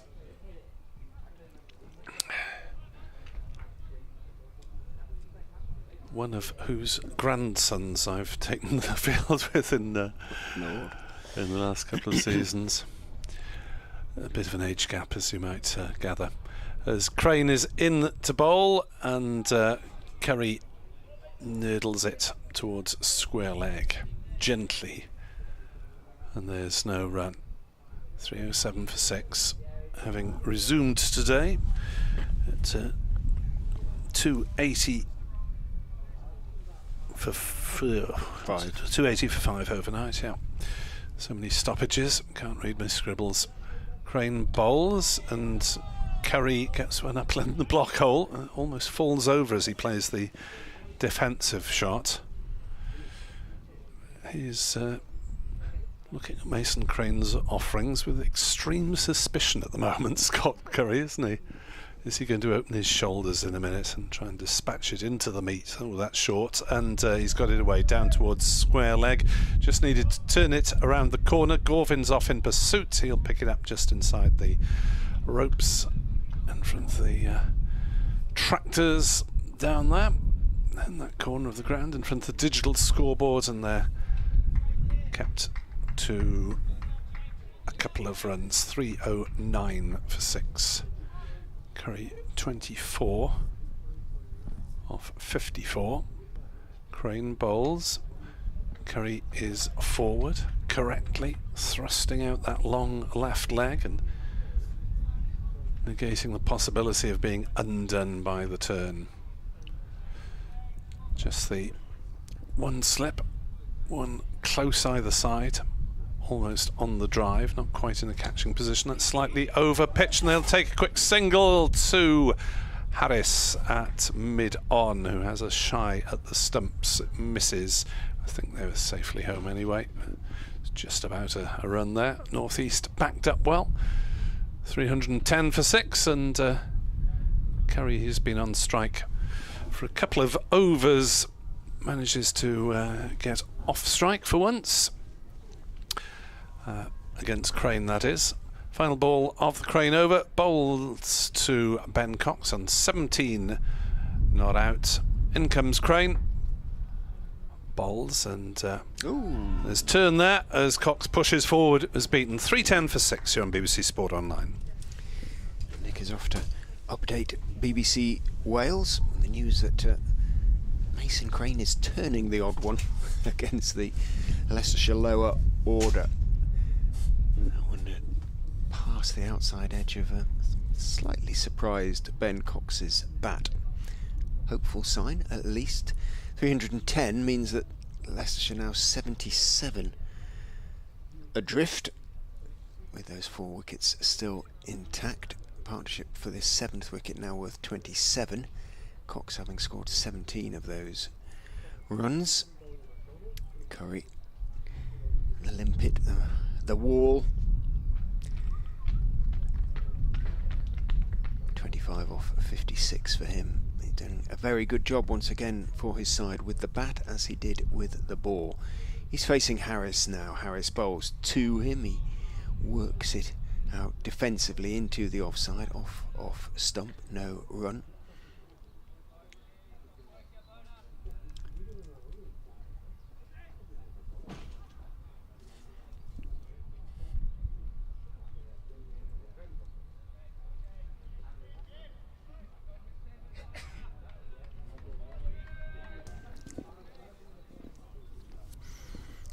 Maintaining the levels of volubility in the field as Harris is in. Bowl short to Curry, who has so much time. Really, he didn't. I think he saw it fairly late, but even so went for the pull and managed to play it pretty effectively through square leg down towards Carlson. He got on top of it. He's a tall man, 6'5", as we've been saying. Hit it down. Takes his one, moves on to 26. 311 for 6. Just the one slip, Marnus Labuschagne standing alongside Chris Cook. Otherwise a pretty much single saving field, with the exception of Carlson, who's at deep backward square, Ul Hassan, who's at long leg, and there is a third man as well. In goes Harris, bowls line and length to Cox, who presents a very straight bat, playing the ball back down the pitch on the off side. Crane is fielding at mid-off at the moment. Do the bowling from the Bennett end. That dark cloud I mentioned that is sort of coming over the ground, it is, but it's slipping sort of towards the Milligan Road side before it gets there, and I don't think it's going to be a problem. In goes Harris, bowls, neatly turned through mid-wicket by Cox, should be at least 2. Carlson sprints up towards deepish mid-wicket, turns and gets his throw away, but It was, as I say, a comfortable 2. Nick returns, having completed his update. I don't know if you... we all share a table with the press, and during the luncheon interval we were talking at my side of a fairly large round table, not about the Newcastle United football player Sean Longstaff, who declined to go on the end of season tour or match. In goes Harris and bowls down the leg side, turned neatly by Cox down to Ul Hassan to long leg, takes 1 because he wanted to play cricket. He was playing cricket for a club up in Tyneside, and he had dismissed Phil Mustard's son, who is on the books at Durham, who was playing for the opposition. But then there was some speculation as to what Phil Mustard's son might be called, and the suggestions included Dijon or Coleman's. In fact, I understand it's Hayden. But the general feeling that Phil Mustard might have missed a bit of a trick there. In goes Harris, bowls outside off stump. The outswinger is left by Scott Curry, and again a disappointed James Harris follows through, but pauses at the end of his follow through and sort of sighs, metaphorically speaking. The Friends of Grace Road are now open for business. Well, not so many in the ground as there were yesterday. I might be able to beat the rush if Mr. Hamills replaces me on the mic at some point. 314 for 6. Hope they take cards, because I haven't got much cash on me. They do. 314 for 6 is cash carrying. Well, certainly don't. Fashion. Yeah. Certainly don't use it anywhere near as much as pre-COVID days. 314 for 6. The light levels get a little murky as Crane is in to bowl outside leg stump. Swept, but he's messed out there as Ben Cox, because he has placed the sweep straight to the man on 45 fine leg duties, saving the single, as indeed he did on that occasion. I think it's Gorvin there. As Crane bowls, that's slightly over pitched and driven straight to Ul Hassan at mid-off, and there's no run. Cox has 20, Curry has 26, and Crane is in to bowl, driven on the offside by Cox, straight to northeast. Well, not quite straight to northeast, he made a good diving stop in that close-ish cover position. He's not quite crouching for the catch, but walking in a very close position as Crane bowls, and swept again, and again short fine leg is in the action. A frustrating over for Ben Cox, who is playing reasonably aggressive shots, in contrast to Scott Curry, who tried very little in the way of aggression against Crane. Now Cox holds play up because he's not ready, and Crane goes around in circles a couple of times, tossing the ball from one hand to another, and in to bowl. This time it is a defensive shot from Ben Cox, and there's no run. 314 for 6. Curry 26. Promoted as night watchman last night, when a wicket fell about quarter of an hour from the end. As back on his stumps goes Cox, turns it for the 3rd time in the over. Too short fine leg, and despite Ben Cox's good intentions, he hasn't managed to get Mason Crane away in that over, so he remains 0 for 44, the Glamorgan leg spinner. 314 for 6, Cox 20, Curry 26. And Glamorgan, for the moment, despite being a bowler down with Mir Hamza off the field, are managing to put the brakes on. Talking of which, there seems to have been a fairly spectacular crash in the at the start of the Monaco Grand Prix. Bits of cars everywhere being craned off the pitch. Mason craned. Off the pitch, off the track. Well, off the streets of the Principality. Yes, you're allowed to call Monaco a principality, as long as you don't call Wales one. Is this going to be a bit of Marnus? Is this a sort of not an admission of defeat, of course not, but an acknowledgement that they're not particularly confident Glamorgan of winning this game? I'm sure Marnus will tell you that he'll be all out to take wickets, but effectively there is seamer down in Mia Hamza's absence, so Labuschagne says, I will be that seamer. Well, he doesn't want to be bowling 4 bounces in a row at Scott Curry. Three of which didn't bounce. No, he still has 2 men out deep on the leg side. In he goes from the Bennett end and bowls just onto the legs of Curry, who turns it to the leg side, realises there's nobody within miles of the ball, and jogs a single. 315 for 6. Remains to be seen whether Labuschagne's seamers on this occasion will be as effective as his leg spin, which has been responsible for most of his Glamorgan wickets. Labuschagne, arm swinging, runs in, bowls down the leg side again. Cox can't believe he missed that. Cannot believe. He raised his eyes to the heavens. He just tried to tickle it around the corner, possibly down to fine leg. Didn't somehow get anything on it, and it came off the thigh pad, trickled out towards a sort of 45. So a leg bye was taken, but Cox was very cross with himself for not getting anything on that. 316 for 6. Labuschagne in to Curry. That's better line from the Australian, just outside, on just outside off stump. Curry is respectful, drops it out into the offside. Can't afford to mess around too much here, Leicestershire. 34 off. Oh, 34, yeah, sorry, I was thinking 44. It's still 4 and over. 16, 24. Yeah, it's fairly comfortable, isn't it? They'd a couple of big blows near there. Yeah, but they'd be very disappointed not to. In goes Labuschagne and bowls. Curry's tucking him towards mid-wicket. Northeast pursues the ball for a few feet, meaning that Curry can take a fairly comfortable 1. He moves on to 28. Cox 23-17 for 6. Yeah, a little surprised that Cook isn't standing up to Labuschagne, who's not the fastest seamer you've ever seen.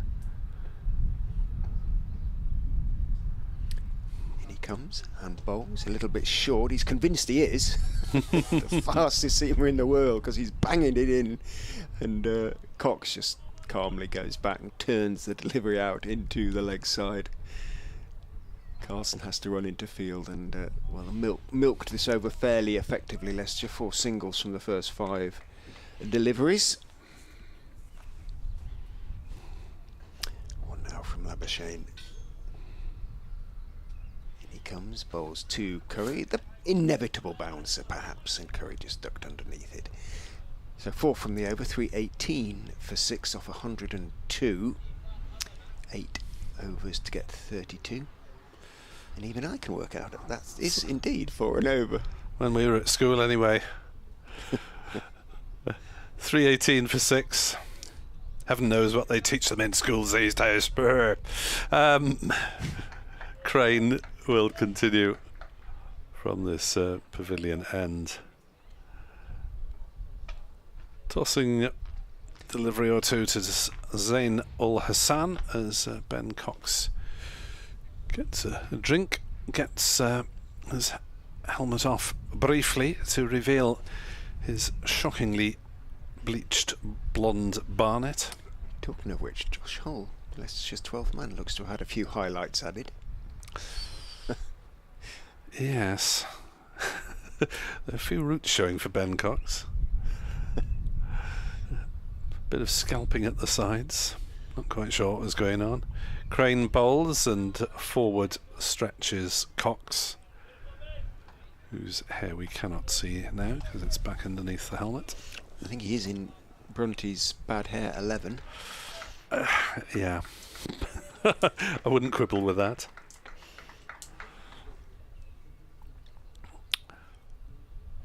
As back on his stumps goes Cox, clips towards square leg and takes a single. 319 for 6.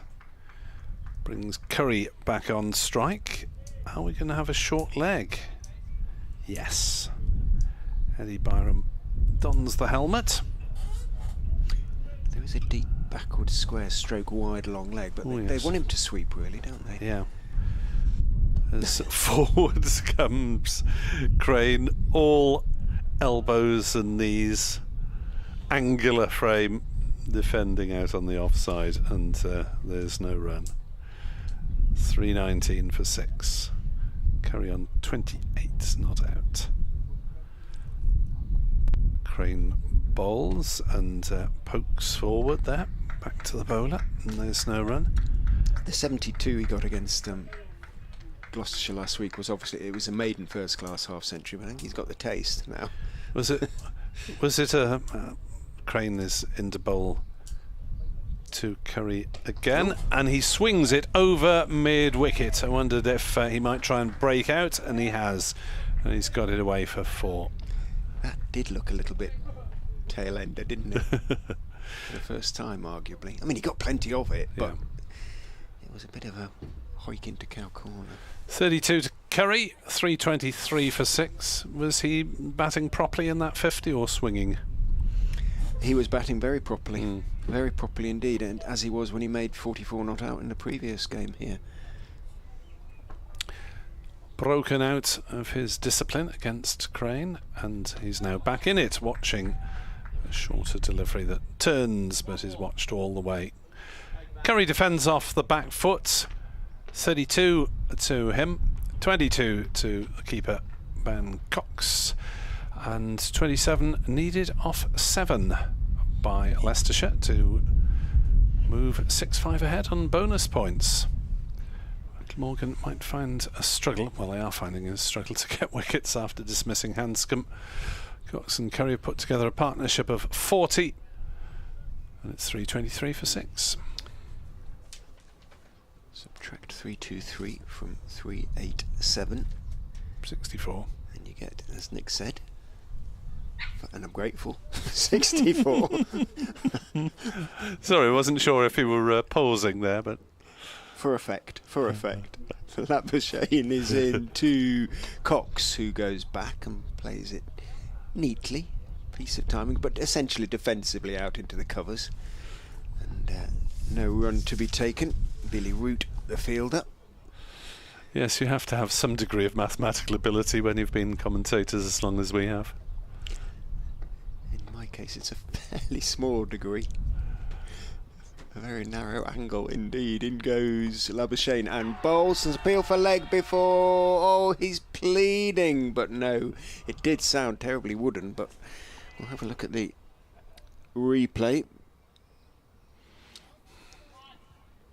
A little bit squared up there, Ben Cox. That's probably one thing in his favour, but obviously we can't tell accurately from this angle whether there was a bat involved since we're behind.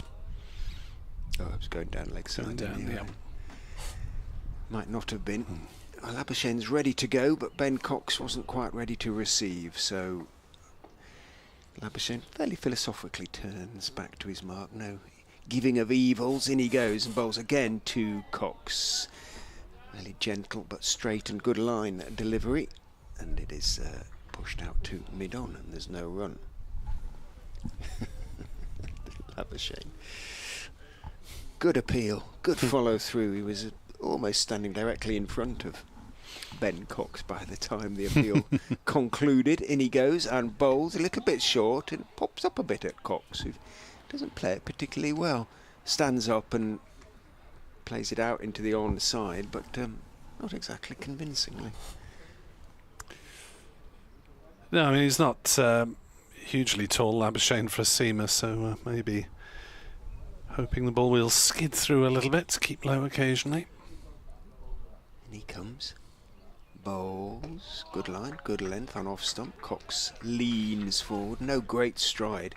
It's often the way when good county batsmen play nominally forward. In fact, it's almost as much a case of their back foot sort of going backwards and then them leaning forward. The front foot, although it's a sort of forward defensive, is not very far from the crease. In goes, as we see there, Labuschagne and Cox leans forward and defends, but you don't get these big stride forward defensives that you see in club cricket as such.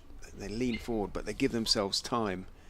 So the weight is on the front foot, but the back foot, they know the width of the crease, don't they, much better. And many club batsmen are sort of nervous about stepping back into the crease or worrying about hit wicket or standing on the stumps, but well, you've also got to worry about rubbish decisions at club level, haven't you? So the further forward you get your front leg, the better. What you saying? Yes, yeah, I know exactly what you mean. Even though it's usually your teammates umpiring, you get the occasional random bad one, don't you, if the opposition are shouting particularly loudly. Indeed. Crane is in to start a new over, and he's worked around the corner. There is no one in the 45 anymore, and they will take a single. 324 for 6. Curry moves to 33 not out. Kevin Howells is tantalising us with hints of his presence. 3 p.m. he promises us. As Crane bowls and Cox is forward defending. Obviously the excitement of the rush for bonus points is daunting Kevin, and he doesn't feel able to commentate in this time of rising tension. He'd get too excited, wouldn't he? 105th over we're in at the moment as Crane bowls. Oh, that's short, and Cox tries to hit it into the terraces and misses. Cook had actually turned away, didn't he? And his gloves were nowhere near it. Hit him up on the chest, the wicket keeper, as he turned away. Oh, that was an odd episode. That's what keeping's all about. Get some part of your anatomy in the way. Crane is in to bowl. Oh no, that's just me. Let's think about a 6 quick single here as Cox pushes out on the leg side, but Byram fields some shortish fine leg where he's retreated from short leg, at least for Ben Cox on strike. As Crane bowls, and it's a nice drive from Ben Cox, but straight to Zain ul Hassan at mid-off, and there is no run. Well, yeah, Cox has sort of got himself becalmed here, having been scoring reasonably fluently before lunch. Finishing off his over then, Mason Crane bowls, and Cox plays no shot at that one. Watches it spin away past his off stump. Cook takes 324 for 6, 26 off 5. Yeah, suddenly it's 5 and over now. It'd be ridiculous not to get another batting bonus point in these circumstances. Well, with plenty of wickets in hand, and well, exactly. A bit of lower order firepower still available. Oh, is this the ball check fun? 25 overs this ball has been used. Glamorgan will think they deserve it because they used the original. It hasn't gone through. Oh no, it's failed the handcuff test. The ball has not gone through the metal circle, and they're marching towards the boundary to get the box of balls. Can we have one that's 25 overs old, please? Al Hassan obligingly picks up said box, which is parked on the boundary's edge. Do you like our used ball box? It looks like it's got the nuclear codes in, doesn't it? Yes. Is there a red button inside? Exactly. Oh, can I push this one? What will happen if I push this one? Yes. Did you watch Oppenheimer? I saw it the other day. No, I haven't watched it yet. Oh, I thoroughly recommend it. The other big film of the last summer was played on the television in my presence. I wouldn't say I watched it necessarily. Okay. Oh, didn't you get the irony? That's enough from you. 324 for 6 with 105 overs on the board. The game is meandering gently at the moment as Cook goes off for something, comes back on again. Al Hassan is suggesting to the umpires which ball they might use. They're taking their time. They usually sort of marked every 10 overs, I thought. That if you have a box of 10 balls, say that they'd be marked 10, 20, 30, 40, etc. As days of county cricket go, today's has not been the most exciting so far, but there is time. There is time. Overs remain. And the lunch was magnificent. Good. Lest the listener think we're ungrateful for our appointed role, bringing cricket to the nation. 324 for 6 as nothing much continues to happen here at Grace Road. Yeah, Hamish making the point that Curry has acquitted himself so admirably with the bat in recent games that he really does deserve to be promoted and maybe above the likes of Ben Mike, but Mike can take an attack apart on his day. I accept that his day doesn't come as often as it arguably should for a player of his talent, whereas I'm not entirely convinced Curry has that ability yet. He absolutely has the ability to keep the ball out though, and very effectively too. Labuschagne trying to penetrate the Curry wall. In he goes and bowls. Curry blocks it out into the offside. Again, you know, we're going to run out of sort of adjectives, aren't we, really? Ungainly or awkward or angular, you know, but effective. You know, absolutely, it's the result that counts. Indeed, he is a very, very hard man to get out. Don't get marked for style. Labuschagne is in. He leaves in all those previous words manner outside off stump. No further play from half that brief early burst at Taunton in the Women's International. Pakistan reaching 29 for naught in the 7th over, but they did have some pretty torrential rain there. This was demonstrated on one of the BBC commentary team's tweets of someone getting soaked.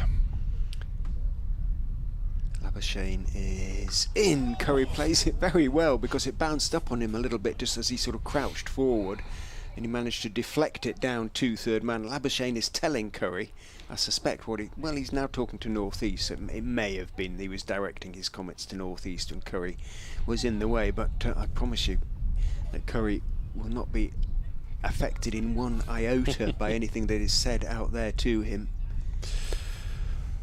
At Bristol, they're off at the moment. Gloucestershire 399 for 4. Labuschagne into Cox, who leaves outside off stump. That's in reply to Derbyshire's 526, and there's been a partnership of 265 between Bracey, 137 not out, and Van Buren, who's on 156 not out of just 176 balls. Leicestershire still need 25 off 4.2 overs. Now, making this hard for themselves, really hard for themselves. In goes Labuschagne and bowls, and Cox just defends out into the offside. I mean, you've got I'm beginning to scratch my head a bit here. Marnus Labuschagne, who's a very occasional seamer. Mason Crane, who's bowling well with his leg spin, but there is always the option of going aggressive against a spinner who's tossing them up. I mean, have they decided that, look, we can get a big first in, the only way we can win the game is to get a long way ahead? In goes Labuschagne, bowls, Cox defends on off stump, end of the over, just a single from it. I mean, I know Marnus Labuschagne loves getting involved in the game, but surely Leicestershire ought to be thinking he is a part-time seamer. We ought to be able to get 5 and over off him. Well, Josh Hull, who was out no more than 10 minutes ago, when we had the ball change, is coming out again with skipper says get on with it. A drink, yes. But I suspect more than that. I suspect a message from the dressing room saying, what the heck? 25 off 4 needed for the bonus point. At Lords, game meandering there too. Middlesex 170 for 2 in reply to Sussex's 554 for 9, the top of Division 2 clash. At Northampton, Yorkshire had a first innings lead of 61 and they're 114 for 3 in their second innings. Shan Masood is 57 not out. Lead 175 for the Yorkies. So 25 off 4 needed by Leicestershire for the third point. 3 wickets needed in 4 overs by Glamorgan for the third point, and Zain Ul Hassan is coming back on from the pavilion end to replace Mason Crane, who seemed to be bowling pretty tidily. Ul Hassan's overall gone at under 3 and over, 20 overs, not for 57, but lost his radar a little bit in his last couple of overs. He's running away from us and bowling to Curry wide outside off stump, and Curry decides not to go after it. In Division 1 at Southampton, Hampshire finally declared on 608 for 6, with Ben Brown 165 not out. Surrey in their second innings of 41 for 1, 440 runs in arrears. Not a phrase you say very often about Surrey. Ul Hassan is in to bowl and Curry dabs it on the offside. There's no run. At Canterbury, Kent 234 for 5 in reply to Essex's 591 for 7. Joe Denley is 62 not out. Kent still 357 runs behind. At Old Trafford, Lancashire slipped to 140 for 8, still 144 behind Warwickshire. Ul Hassan bowls, chopped on the offside by Curry. Cox wanted a single. Curry said no. 4 wickets at Old Trafford for Jacob Bethel, the Bears youngster. And they're still off at Worcester. Oh dear, oh dear, oh dear. 325 for 6 here. Ul Hassan in to bowl, left by Curry outside off stump. Don't know what's going off out there. No. The only possible thing that I can think is that in someone's mind it's a case of the only way Leicestershire win this is to get 120, 150 ahead somehow and try and bowl Glamorgan out on the final day, but the likelihood of that is pretty remote. Ul Hassan bowls, and that's beaten Curry as he poked forward. Feet slightly askew. Through it went to Chris Cook. Whereas the prospect of another batting bonus point is very real, or was very real. It isn't now. 25 off 3.1. 60 overs, just under left in the day. As Ul Hassan is in to bowl and Curry defends to mid-off. Maiden from Zain Ul Hassan in the 107th over. And if they continue to score at this rate, I mean, even if they manage to bat out the rest of the day, if they're only going 3 and over, then they're only going to be 110, 120 ahead. Well, this is what I mean, really. I mean, the pitch most unlikely to break up. The chances of Leicestershire winning the game are pretty remote.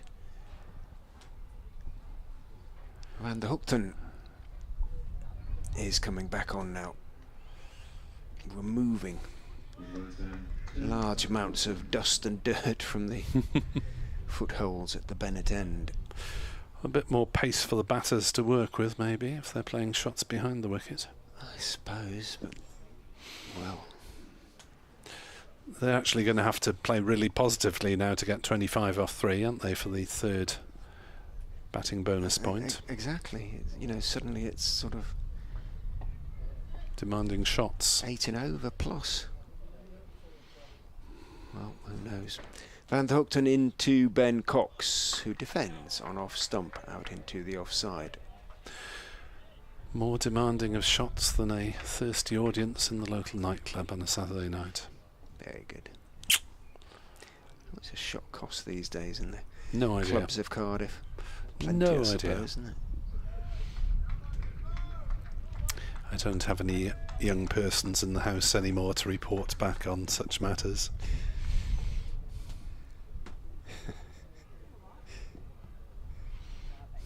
Van der Hoogten is in, bowls. Cox, well, he might say looking to drive it away. I don't think he was really. He was forward and playing firmly out into the offside, but only as far as McIlroy. Has he taken over from Gorvin? Are they alternating duties out there? I can't see Andy Gorvin. No, Gorvin's done most of it today, so it's probably turned for... He's probably gone to the gym or something. The return of the Mac.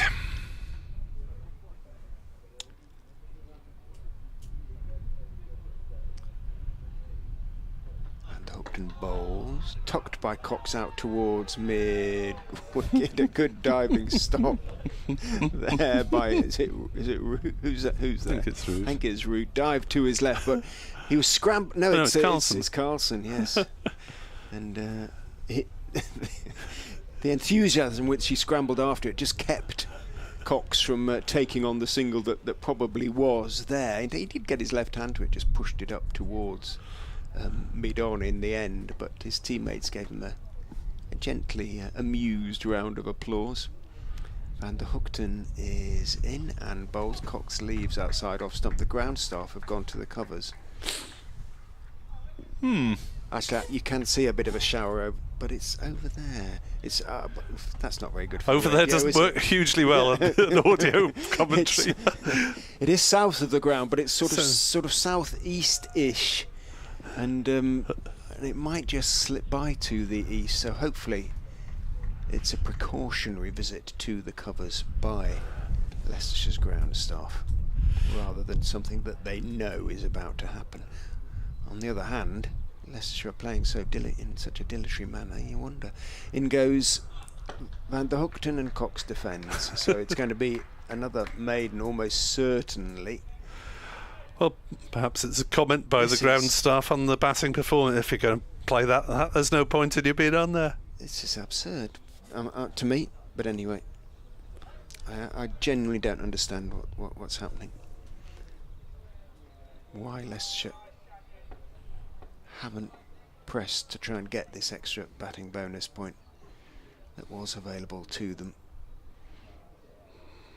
Van der Hoogten is in. Cox is hit on the back pad as it comes back in and bounces, and there's a strangled appeal from Van der Hoogten.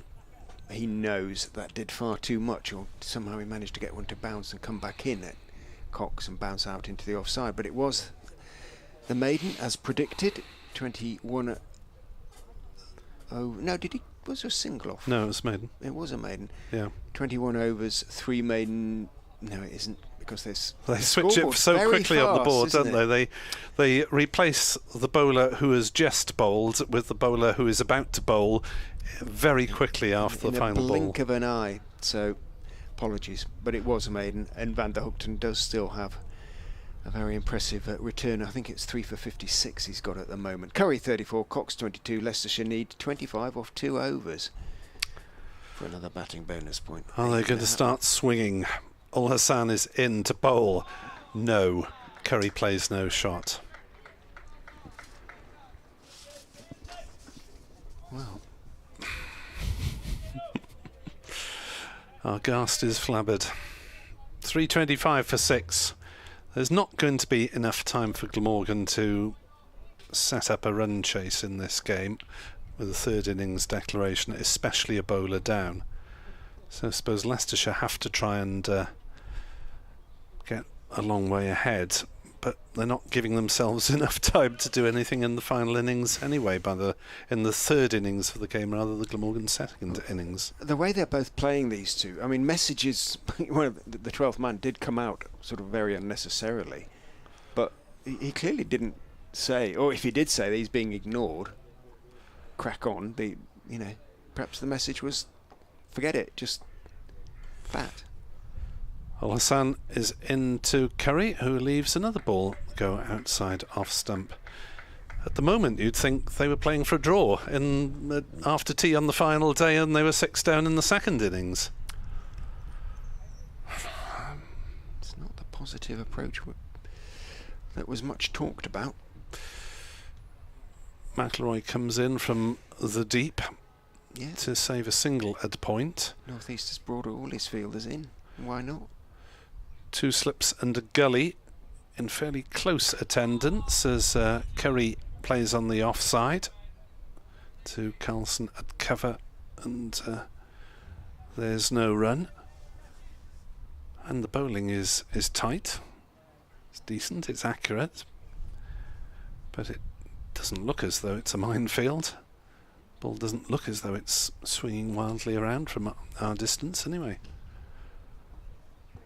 325 for 6.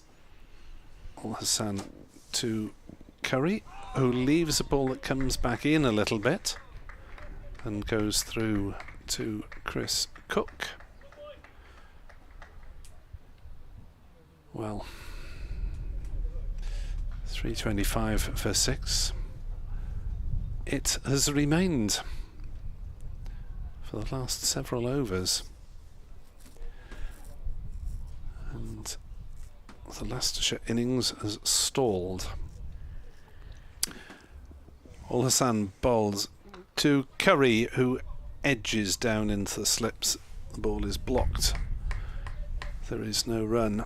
Another maiden ticks up on the board. 3 maidens in a row, 2 from Al-Hassan, 1 from Van der Hoogten. 325 for 6, and the bonus points are going to remain, I think it's safe to say, 5-all. Which, assuming the game is drawn, which isn't necessarily going to be the case, but let's assume it will be, means 13 points apiece as we go into the championship break, really, and everybody's thoughts turn to T20 cricket.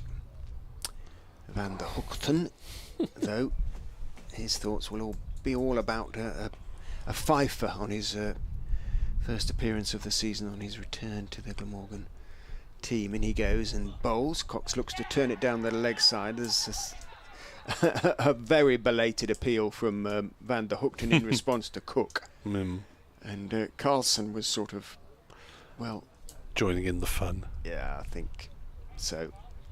Flicked the pad, the thigh pad, according to Cox, who sort of adjusts it slightly, checks his guard.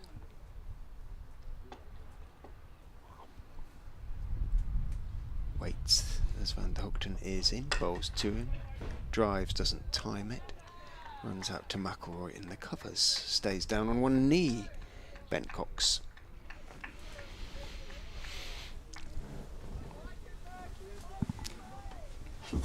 Like it, says somebody out there. Well, none of the spectators, enough, they won't be liking it.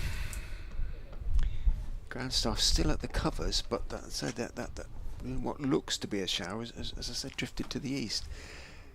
And the Hookton in, bowls. Cox is going to pick up a run. Hooray. As it comes off a thick outside edge, runs along the ground all the way through gully down to third man, where lurks James Harris. Single taken.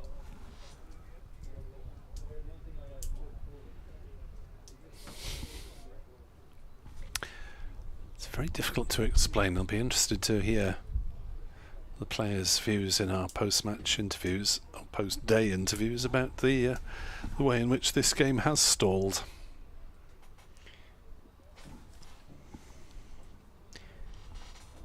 Gully has now gone in, almost fourth slip really, as Van der Hoogten is in. Curry leaves outside off stump. Yeah, aforementioned Gully is actually Andy Gorvin, so he's got a good pair of hands as well apparently.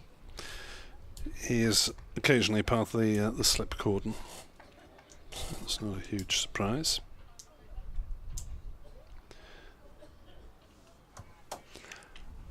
Two balls. So, yep, set in stone now. The bonus points. Van der Hoogten bowls. Curry is forward, blocking out towards Midon, slightly off the inside part of the bat. Edward Bevan tweets from Trebanos. Lack of enterprise here. Pull in at 350. Encourage Glamorgan to set a target. That is no suggestion whatsoever that that's going to happen from events on the field at the moment. I think it's wishful thinking, Edward. Yeah, maybe. Hamish points out Cox was 13 off 10 balls. He's now 23 off 70. Van der Hoogten is in. Curry defends. 110 overs is up, folks. 3-2-6 for 6 is Leicestershire's score from those 110 overs. 5 bonus points apiece, and another stage of the game has been completed. What now? So we've had 25 overs bowled today, and Leicestershire have scored 46 for 1. Less than 2 runs an over today. Graham Smith pleads, given what's going on, couldn't they put everyone out of their misery and call it off now? There cannot have been any sort of discussions, I don't think, between North East and Hill, you know, toward the possibility of set. Certainly not at this stage of the game. And I don't think either captain would be that interested. As I say, Glamorgan a bowler down. Both sides are bowler down. Yes, both sides are bowler down. Scriven and Hamza respectively off the field. Ul Hassan bowls and Cox blocks it back to him. And there's no run. But in terms of being in the entertainment business, that doesn't seem to have been a factor in their thinking. Or in the thinking. Indeed. This cream van sounding its wares somewhere in the vicinity. Anyone mind if we nip off for 10 minutes? Ul Hassan is into bowl. An aggressive shot brings Ben Cox 1 run out to Kieran Carlson, sweeping in the deep on the cover side of the ground. 3:27 for 6.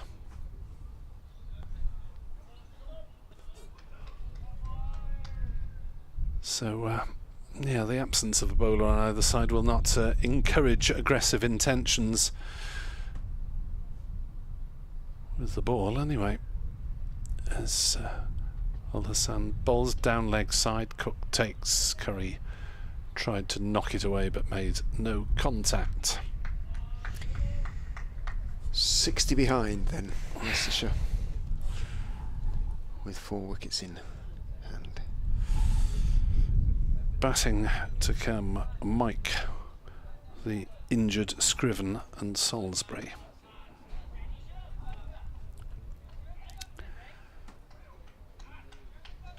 Glamorgan without Mir Hamza look a little short of penetration of Panamas or anything else, as that one is played at by Curry, showing some sort of aggressive intent, but not actually getting to the pitch of the ball and missing it.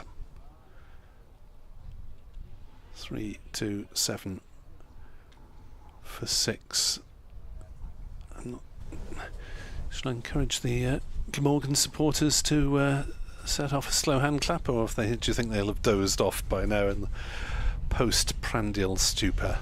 I think a few of them might be in the bar. Ul Hassan into bowl to Curry, who defends.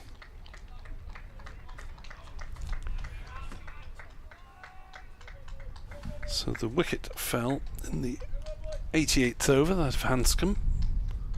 Leg before to Van der Hoogten. And 44 runs have been added in 23 overs since then. I think the word soporific is going to feature somewhere in my close of play report. That's over pitched by Ul Hassan. Ball bounces out on the leg side. Cox wanted a single. Curry didn't. There might have been a bit of bat involved. It was an extremely optimistic appeal anyway from Ul Hassan. 327 for 6. May I put forward the word unenterprising? I think you may. The lack of, well, readiness really to make something happen in that respect is head-scratchingly hard to understand. Anyway, on we go. Van der Hoogten has plenty to bowl for. 24 overs, 6 maidens, 3 for 60 for the Flying Dutchman. In he comes past umpire Bainton and bowls to Ben Cox. Cox defends on the back foot out towards mid-on. A straight delivery.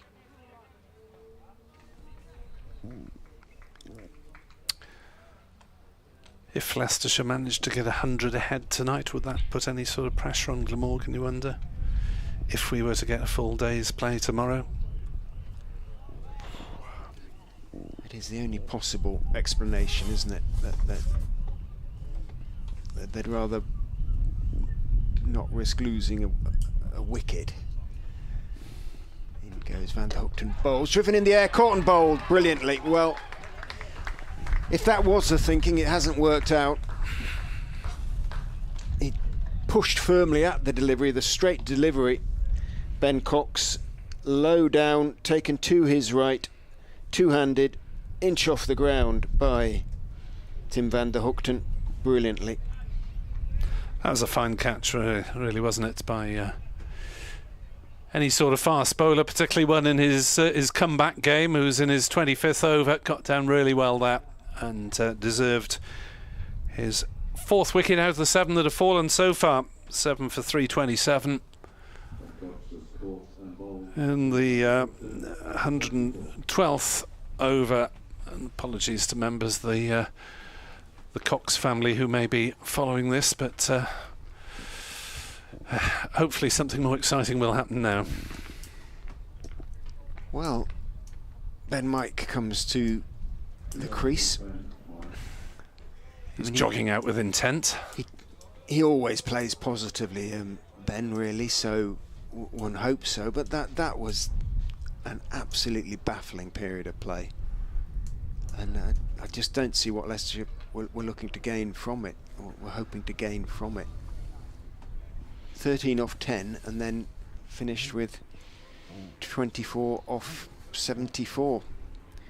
Ben Cox, so 14 runs off 64 balls. God, that's my sort of strike rate. But then I don't play it for a living.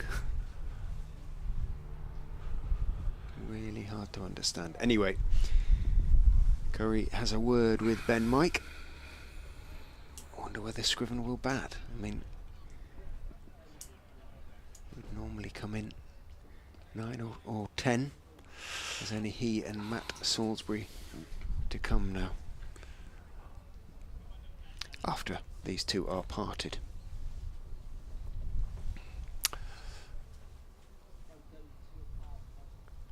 Perhaps he'll stand and swing on one leg. Van der Hoogten looking for that fifer, has a 4 for 60 now. In he goes and bowls to Mike, who is driving positively, but can't get it past the man at wide-ish cover, who's Mason Crane. At the moment, since I interviewed Tim Van der Hoogten last night, we're heading towards a David Harrison day for interview of the assistant coach. Not necessarily a bad day when things have gone wrong, but if your main contributor is the guy you've already interviewed. And he comes looking for that 5 for bowls, outside off stump, outswinger that Ben Mike leaves. Unless James Harris comes in and mops up the tail.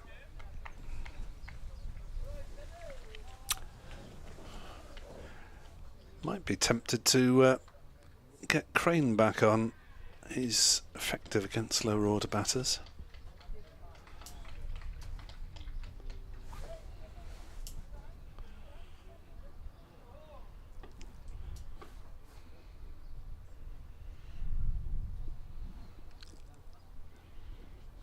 And bowls again, Mike forward on off stump. Again Crane the fielder moving across from that sort of wide mid-off extra cover position.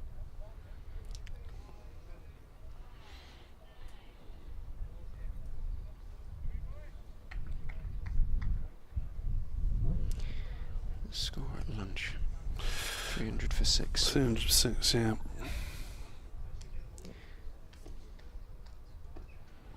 Well, that was off 93 overs. We've since had coming up to 19.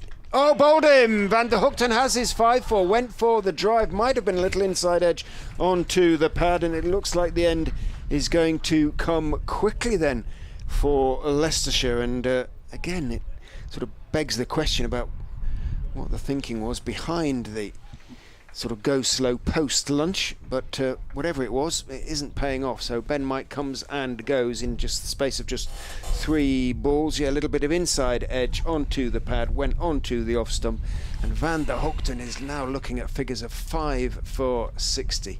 Well bowled, Tim Van der Hoogten.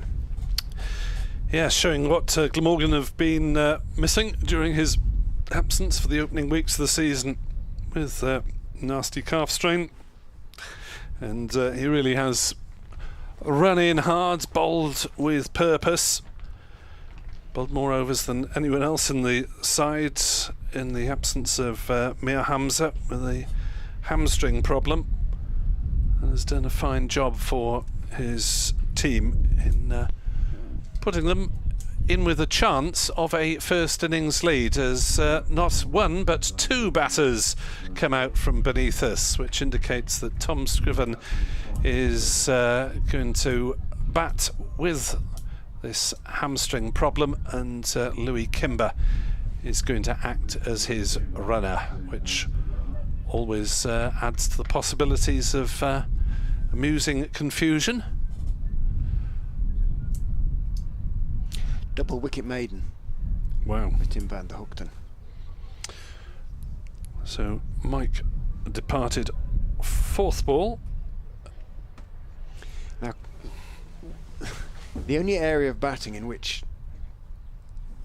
Now, hang on, the umpires are not sure about this.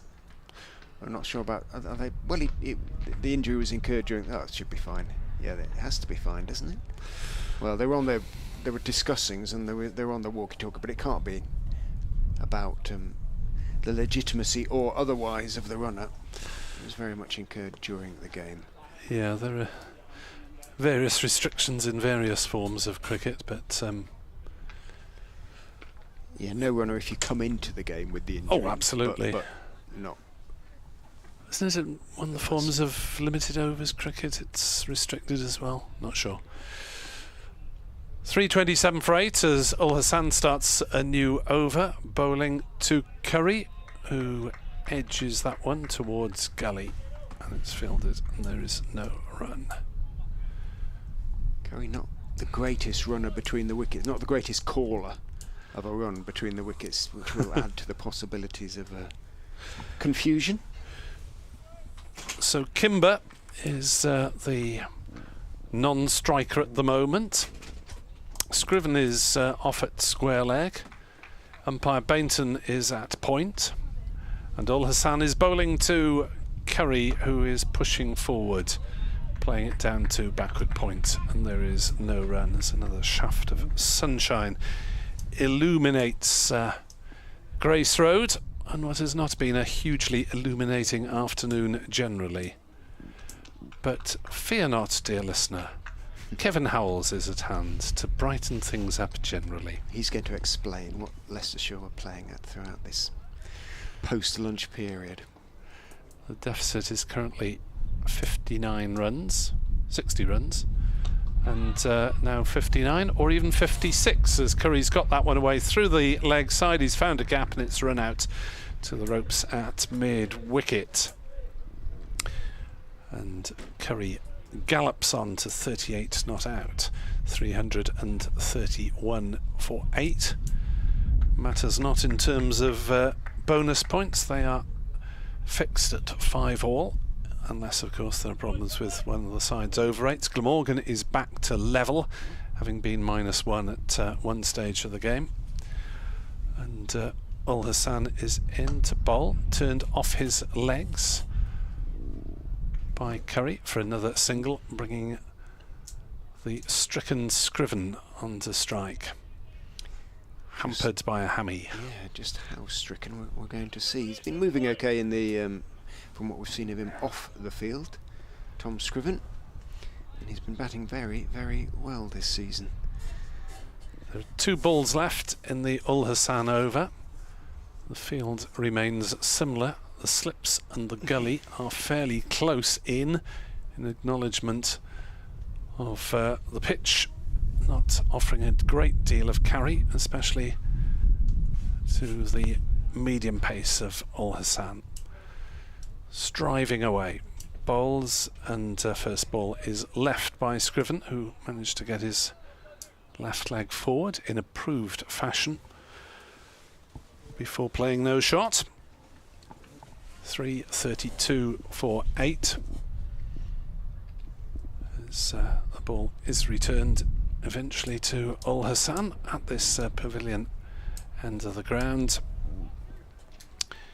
He turns, runs away from us in the sunshine, bowls to Tom Scriven, and he's driven that one nicely, but straight to mid-on. No run as Leicestershire 332 for 8, and Kevin Howells joins Richard Ray.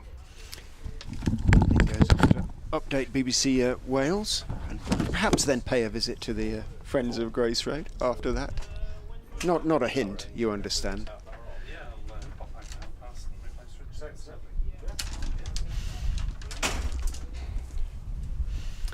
Kevin, who has spent the last 2 days watching a hugely exciting First Division fixture between Durham and Somerset, is now experiencing the other side of county cricket's life. Well, you know, in terms of the pace of the game. Yeah, it's variety that is, and all that of life, isn't it?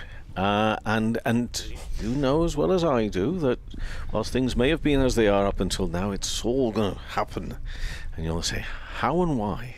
Van der Hookton is in, 2 Curry edges short of second slip. North East stops it, doesn't take the ball cleanly at second slip, knocks it down towards Labuschagne, and I think we are now fairly close to double figures in terms of the edges that have gone towards the slips but not carried.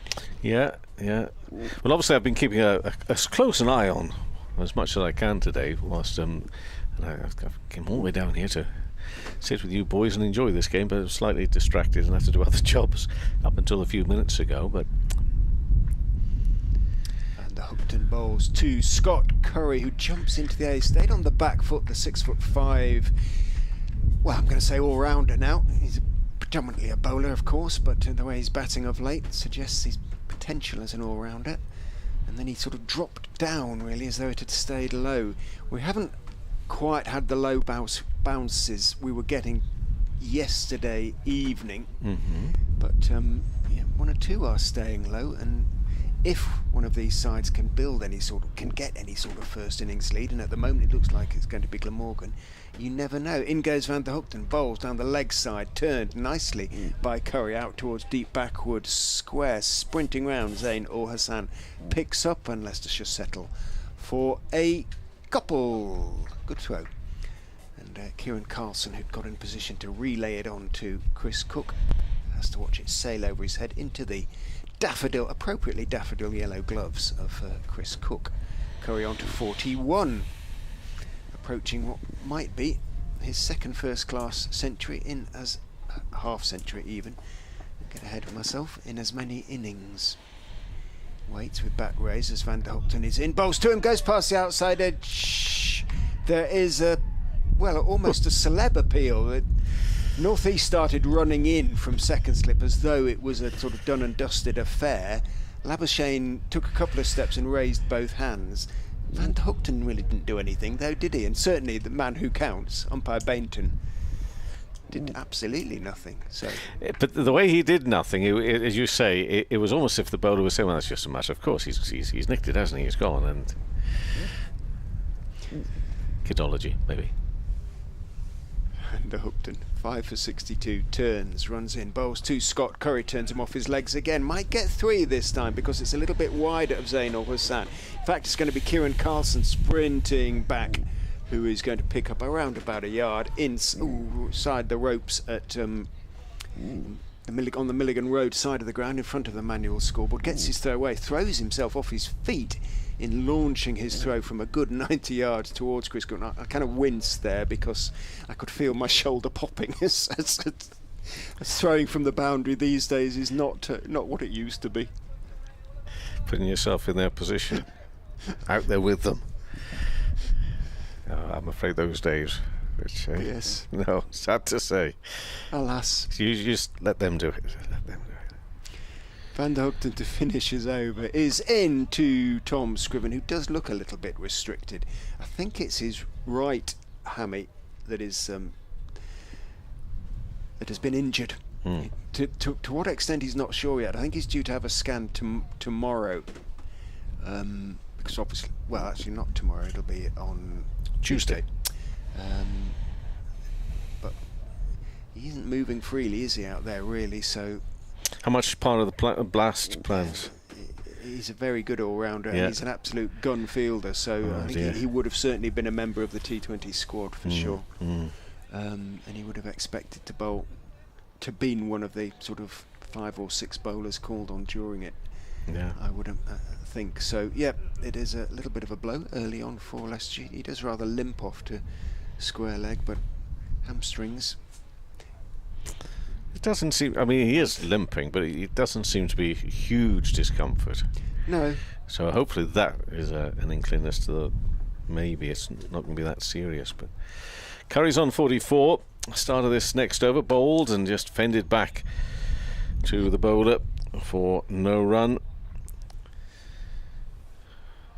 Zain Ul Hassan, who's bowling his 25th over, yet to take a wicket, 63 runs, 4 maidens. Do you know that just very briefly, I haven't had this confirmed, but I'm going to say it because I think it's right, because I read it somewhere from somebody that I should be able to trust on this.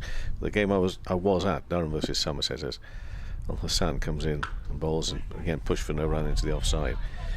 Durham absolutely thumped Somerset by an innings and a few runs, and the game was finished by 3:30 on the second day, and I still believe that Durham may have been docked a point for an over 8 issue, which technically is no doubt, but how bizarre you can win a game like that and in such quick time and still lose a point. Cricket is a funny old game. Curry on 44 faces, and again good straight delivery, push straight back up to the bowler, and there will be no run. It's hard to understand, isn't it? So they took 20 Somerset wickets in. Well, they didn't in the end. They have to take 20 wickets because oh gosh, me and my head Banton didn't come out to bat because he was unwell. Obviously there'd already been a concussion sub anyway, and Jake Bull coming on for Pretorius, swapping in the game. Next ball bowled full, and that's worked away leg side. There's a man out there, much the shorter boundary out there on the leg side for Curry, but he moves to 45, and the score up to 338 for 8 right now. That was I've heard nothing to the contrary, so hopefully he's going to be okay, Miguel Pretorius, but he took a blow. It was a slow bouncer, so it didn't look as if it had hit him that hard, but the thing was, he carried on batting for quite some time afterwards, and then the innings came to an end. He's back in the dressing room, and then we get to find out at that point that there's been a concussion scriven reaching for that one. Does he get a little nick toe end? No. I mean, that did show that there's not a lot of movement out there for him. He's really reaching for that. Yeah, but the concern being, and this is no criticism of anybody, because it was one of those, I say, it was a slow bouncer, and it took the back panels off his helmet off, and they did go out and have a look, but they realised he'd got a problem because he actually fell asleep in the dressing room, and they thought, oops. And that was definitely down to the sort of the concussion rather than the sort of illness and the good point. But I mean, obviously that's what they presumed then at that point. A lovely delivery there from Ulsan, not too far away from the off stump and through to the keeper. They have to be so careful, and they always are. But that suggests. But you're right. I mean, that nothing was actually set up there about the fact was that connected to the bug that's going through the Somerset team, but. Clearly, it was enough for the team and the medical team and everyone else to realise that we need to make a substitution. And I was delighted for Jake Ball to take his 5 wickets, although in the losing cause, because as players here and everywhere will know, when you move on to a new team, a new county, you want to prove yourself in the dressing room, and those 5 wickets, albeit in a losing cause in the end, that'll do Jake's confidence an awful lot of good. Anyway, back here, 338 for 8. What's going to happen in this one? They're edging ever closer. We're sort of running out of time because we're in the afternoon session on day 3, but from the bits I have seen on this pitch and whatever, and these that have just come up short of the slips, I'm not too sure this is a formality. It's the way this is going to end. Not quite, but I'd be very interested to get your take on Leicestershire's lack of inclination to chase another batting bonus point in the circumstances. James Harris from the Bennett end down the slope bowls to Scott Curry, who leaves outside off stump. It looked eminently attainable. They only needed sort of 3.5 and over at one stage, but absolutely went into their shells, really. Ben Cox. Curry is a night watchman, a very, very good one, as you can see. Yes. But Cox can be an attacking batsman on his day. Well, we're only going to be able to guess from here, aren't we? Confidence issues, more likely that they just wanted to make sure that they didn't lose the wickets. Wanted, saw the risk being more than the reward. That has to be the only answer. Harris is in. Curry leaves outside off stump, but then they did lose the 2 wickets very, very quickly anyway, sort of thing. So it was, And that's where a bit of hindsight maybe comes in, doesn't it? This is true. This is true. I'm not laughing at what happened, but the story of of a potential concussion up at Durham reminds me of the day we were up there on a very hot day. Mark Cosgrove, of very, very fond memory, was batting for Leicestershire against Durham. In goes Harris and bowls, looking to drive Curry but not timing it, runs it straight out to mid-off, and our old fox Ben Rain was bowled him a bouncer, but Rainey isn't the quickest, with a wonderfully effective sort of medium pace seam bowler at county level. Bowled Cosy a bouncer that sort of looped up towards him so slowly, it was almost a deliberate slow bouncer. Cosy looked at it for a while, and then being Cosgrove just leant towards it and nutted it like a header. And in goes Harris and bowls. Curry defends off stump, but and then sort of grinned back down the pitch, but because it had hit the helmet, we had to have the concussion check. And to be honest with you, the thing is, what did you say, Cosy being Cosy? Well, exactly. What did they find when they looked at his head? I'm not quite sure. I think that's one of the main reasons they would have wanted to just... Did you really do what we think we saw you do? Yeah. There was something in that, absolutely. But he was such fun to have around. In goes Harris and bowls. Curry just waits for it and defends gently out towards point where Eddie Byram is the fielder. 45 off 108 for Scott Curry. I think this is now then his second highest first class score, but he's got those other 2 in his last 3 innings, and he's becoming, as I say, a very useful lower order batsman this season. 7 at Yorkshire, 8 not out against Sussex, 44 not out against Northamptonshire. In goes Harris and bowls to him. He drives pleasantly, but it bounces up into the chest of extra cover where Crane is the fielder. Naught not out against Middlesex, 72 against Gloucestershire, and now 45 not out against Glamorgan. And he's second in the batting averages at the moment. Top of the batting averages is Tom Scriven, so Leicestershire's 2 top batsmen are out there, theoretically. Yeah. Always takes the eye, doesn't it, when 3 batters are out there in the middle all having a conflab, and you think, well, what's going on out there? One's a runner. I think on one occasion I've seen 2 runners out there, so four gathering in the middle for a committee meeting amongst the batters. But here, thankfully, just the 1 runner needed for Scriven at the moment. Al Hassan.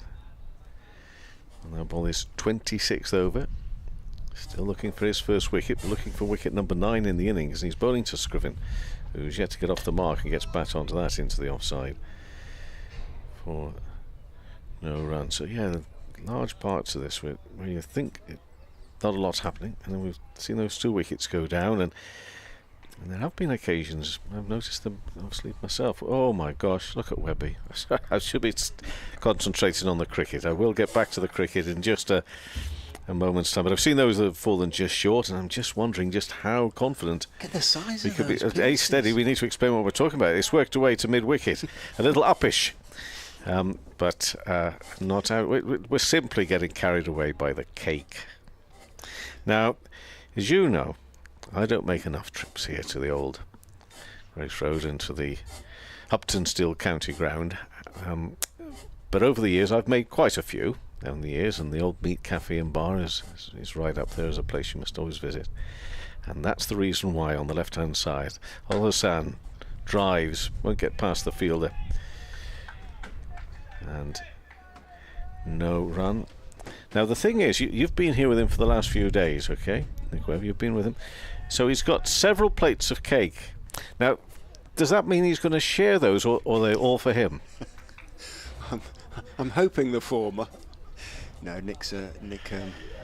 We managed to get cake on days 1 and 2, so he's it looks decided beautiful. Well, Sam, back to the cricket here, and the delivery. Well, that's another one that keeps fairly low past the off stop. Yeah, I'm not too sure if this is necessarily going to be. You know, if you're looking at this from afar, just on the scorecard, you're thinking to yourself, this is a draw, and everything. However, there are just a few bits out there you make. Well, I'm not too sure. Don't want to make that call just yet.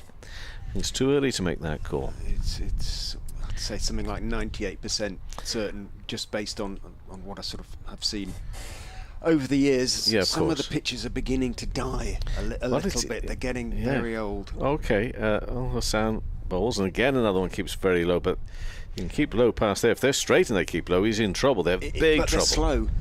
They're slow. So that's usually you'll see the batsman adjust, and it'll look as though it almost snuck underneath, but they often have time to adjust, especially once the ball gets past about sort of 25-30 overs, and that's the big problem. They're desperately trying to get some more pace and leaving. You couldn't tell the pitch at the start of the game. I remember from the photographs. Yeah. But made no. Al Hassan bowls, and that's worked away. Finds the gap out there on the leg side this time for a single. As Scriven remembers not to run himself, and that's 1 to finish off that over. So 339 for 8 right now after Glamorgan made 387. Al Hassan has bowled 27 overs, 65 runs. It just hasn't had the pace to penetrate Al Hassan on this pitch. Right. Van der Hoogten got that little extra bit of pace and class and bounce, and has made something happen. And you can see why Glamorgan supporters are so pleased to have him back. He is a top quality county operator. Al Hassan is sort of on the edge of moving to county level. Kevin just has to pop and talk to BBC Radio 5 Live as Harris goes in and bowls to Scriven, who, as I was saying, is somewhat restricted and just works it out into the offside, doesn't make any sort of big stride, blocks it out towards Crane in the covers. If Harris has a mean streak, and most good county bowlers do. He'll test Scriven with a couple of bouncers just to see how restricted his movement is. May not do so yet. In he comes, sun glinting off his head as he runs in and bowls 2, and Scriven gets a full ball that he drives away. Should pick up at least 2, might just pick up 4, but it's slowing. He didn't quite get all of it. It's picked up around about a foot in front of the ropes. Good throw. Labuschagne appeals. No, says umpire Bainton. Kimber was running up and down, obviously, a long, long way away from the wicket. A good, 10 strips away? So umpire Bainton had not only to look at the stumps, but had to look at Kimber, who was a good 40, 50 yards away. It was a fine throw to the stumps, but Labuschagne was the only Glamorgan fielder to appeal. If I tell you that Labuschagne is deep at first slip at the other end of the ground, well, that's Marnus Labuschagne, I think, for you. Incorrigibly enthusiastic. Kevin's back. Certainly is.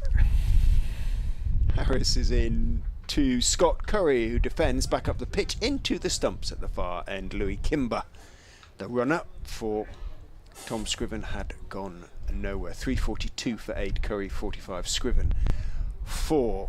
But in all seriousness, Kevin, I mean, this will be, if so it transpires, Leicestershire's 7th draw out of 7. Yes, the weather's been a huge factor, but what has also been a huge factor, less so in the first division, but very much so in the second, has been sides thinking, we're not going to risk losing because you get 8 points for the draw. Yeah, it's not gone. That has been a massive. I don't think it's gone down well. That no. Harris is in, bowls, looking to turn it off the legs. He's gone leg before. Curry looked to turn it off the legs, didn't get anything on it. Ball bounced out towards square leg, but up goes the umpire Bainton finger, and Curry goes for 45, his second highest first class score, but not another first class half century for Scott Curry. But by any standards, he has done his job. Came in as night watchman last night and has occupied 111 balls in scoring 45. Leicestershire 342 4-9. They trail still by 45. Yep. I mean, I'm ever the optimist, you see, so I'm listening to you with the utmost respect, knowing that if there's anybody that knows how this is likely to play out at this ground, on these pitches, it's you. But I'm just hoping, and I'm sure you'll take this in the spirit it's intended, that maybe, just maybe, this is going to surprise us all a little bit more. It's what keeps it... So what gets us out of bed in the morning, the fact that we can't always predict what's going to happen. For example, if I may just throw in, it's not really a like-for-like analogy, but could you really imagine that Surrey against Hampshire would see Surrey bowled out for 127 and be 76 for 4 in their second innings and trailing by 405 runs against Hampshire? That, I tell you what... With all due respect, I don't know if there would be hard to imagine any Surrey supporters listening to us or watching pictures here at the moment. Or maybe they are because they can't bear to see what there is at Southampton. However, aside from Surrey supporters, I think everybody in county cricket would be cheering that on in the hopes of an interesting conclusion and finish to the season. But that's a surprise, isn't it? It's a tricky one, it being Hampshire. It's rather like the cup final yesterday. A lot of people wanted to see Manchester City beaten because they're such a juggernaut. But it was Manchester United. Oh, I see. Not a lot of people wanted Manchester United to win. There's a bit of an anti-Hampshire feeling around. Well, I'll explain. Oh no, what have I got? Have I gone and put my foot in it? Oh no. It's all right. I'll explain why in a bit. Can Harris finish things off straight away? He's got 2 balls left in his over. In he comes, bowls to Matt Salisbury, who leaves outside off stump. There was an incident. Oh, there's always an incident. I think, was it 3 seasons ago? It may even have been 4, but it was a bit of a shocker when Hassan Azad was given out stumped. Oh yes. Do you remember? Oh, I remember. By what's his name? Who's now at Northants. Yeah. And I was... God, my memory... However, may I say that sometimes you just have to move on in life? Well, sometimes you cling on to these things. In goes Harris, and bowls goes past the outside edge of Salisbury's bat with a lovely delivery. I think you'll find, and I can't remember the incident in particular, but now it's all coming back to me, because then Leicestershire went down to Hampshire, and our good colleague JMO made some sort of remark, and I then threw immediately to this one back here, or vice versa, because these things happen, don't they? They do happen. Well, I'd never seen anything like that even in club cricket. Well, I really some are more exaggerated than others. Okay, well in that case, anyway, but it didn't help. So the one-day cup win was I think we ought to say. That's it now. Yeah, okay. All right then. Good. So we're sort of still okay with Hampshire beating Surrey then, possibly. All right then. Okay. Absolutely. Oh yes, that's what we were talking about. Yeah.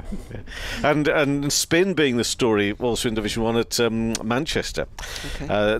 Lancashire have Nathan Lyon, of course, in their team, but Lancashire bowled out just for 149. Who's taking the wickets for Hampshire, by the way? It's not Bassey, is it? RL Leicestershire. Fox Mohammed Abbas. I think he's rested for that game. I think so. Okay. Yeah, I just need to double check that later. But Jake Lintott and Jacob Bethel of Warwickshire have taken 7 wickets between them to bowl Lancashire for 149. So spinners playing their role up there. Surprise, surprise, they tried to prepare a spinning turning pitch with Nathan Lyon in the team.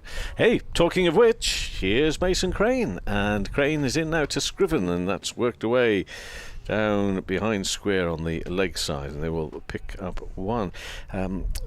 Talk maybe a little bit more with Webby later on here, but it does seem, and obviously there are Hampshire connections here, Crane being on loan from, but there's a lot of Hampshire connections here. Yeah, Scriven came from Hampshire, Curry's on loan from Hampshire. Is that the end of the list? They brought Ian Holland's on loan from Hampshire as well. But from Crane's point of view, you know, we know the excitement, the buzz there was around Mason at one time. It'd be lovely to see him just get back in there again, wouldn't it?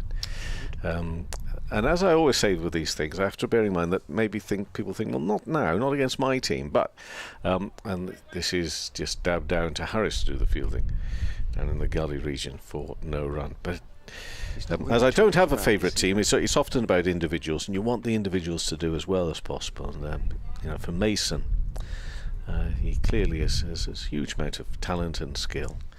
He's bowling to Salisbury now, real flourish at the back there, but doesn't actually, he put a lot into that, and not a lot came off it. Out there into the offside for no run. It's been one of those days where thankfully it is still dry, but from one moment to the next with some very strong winds blowing across, it gets a little bit dull looking, then we see a bit of the sun, but hopefully it'll stay dry. Crane in again, bowls, and lovely delivery, what a beauty that is, well taken by the keeper. Turned and beat the outside edge. Now, but where will, if they do declare, can Glamorgan get themselves in a position if they lead by 40? That's the problem. That is the problem, isn't it? They have to be very brave. As you say, with the 8 points as well, you know, what is risk and reward there? Oh, what a lovely delivery. And again, very nearly gets an edge. That one perhaps just went a little bit straighter. The bails are whipped off. This is good work from the keeper as well. And Salisbury is mightily lucky at the moment. And I'm not surprised they had another man into the slip area. That makes 2 slips there. And we have Kieran Carlson, who's moved into that position, a catching position on the offside, and dabbed down into the ground. Googly. This time from Salisbury. So this is lovely to watch. For how long we will be watching it, I don't know, because it's 343 for 9, and Crane bowling really nicely. 20 overs he's bowled, hasn't taken a wicket, 51 runs, 4 maidens. Oh, now is it a declaration? Is it tea? Players are all leaving the field, or is it raining? Is it simply spitting? I don't think it's raining. Well, they're summoning the covers on, but it's not raining. There's no hurry going on. So, is it tea? I don't. I'm slightly baffled. Sorry, folks. We'll work it out in a minute. I thought tea had to be around about 4 o'clock. I thought it was going to be 4 o'clock. And what doesn't make any sense is if it's at 25 past 3. That is a bit of a strange time to be bringing them off. Well, it can't be a declaration. That would be. Well, I think it is because the roller's coming on. That says it's a declaration, doesn't it? Well, why did they send Salisbury out? Well, lots of questions. Declared. Yeah. So there we are, Okay. Scriven on 5 Salisbury. You'll wrap this up then here. It's just, and I reckon, but perhaps we could do with a bit of confirmation on that as well, that the tea would be around about the 4 o'clock mark. Will they bring? But if there is a change of innings within Of the time half itself. an hour of tea, do they not move tea forward and then to avoid the 2 overs that are lost? So it could be that actually we go to tea now. So I think we might well. And then go they to don't lose tea any further now. overs. Exactly. Yep. So 3:43 for 9 means Leicestershire trail by 44 on first innings declared. Glamorgan will start with a first innings lead of 44. I suspect there hasn't been any. Well, actually, Leicestershire's bowlers are coming out, so perhaps it isn't. There is going to be tea. look. It'd be always nice to be certain of what's going on when we're doing our job. There is sometimes an element of making up as they go along, but I know in this circumstance, at the game I've only just come back from, just a couple of days ago, in this scenario, tea was taken immediately because of the fact that it had come at that point close to the time, even though we were supposed to carry on playing until 4 o'clock. They actually came, because they came off and it was close to 3:40, which is the scheduled tea time. They took tea straight away. So I'm not too sure. I think what we often say in these situations, which is at the discretion of the umpires. It would appear so. But we are going to continue anyway, so we'll have a 5-minute break, shall we? And, if that's what you want, boss. We will talk to Mr. Webb and his tray of cakes. Well, I'll just eat the cakes if it's okay. And we'll begin negotiations about who gets what. Back with you in 5 minutes from the Uptonsteel County Ground.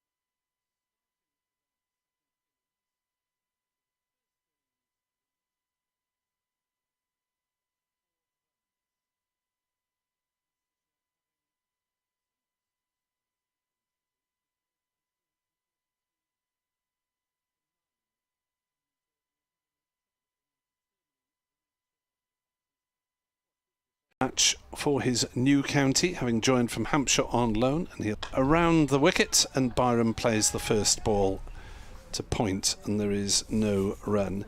And 44 is a handy little lead, but with the emphasis of the little. It's a nothing. It's a nothing lead, is it really? It's a oh gosh. Look, I'm going to come out with another of those sayings of, let's see where we are by the close of play. Here comes Holland loping in and bowls to Byram, who increases the Glamorgan advantage by 1, turning it down to fine leg for a single. In the afternoon sunshine, we're assuming that we have 25 minutes play now until 4 o'clock, when tea was originally scheduled for, but we've been baffled by a few things today, but not by the cake. Beautiful. Great choice, Webby. Great choice. Well done, the Friends of Grace Road. Yeah. Holland is in to bowl to Root, who's stretching forward. The ball is not really coming on to the bats, at least it didn't with the slightly older ball.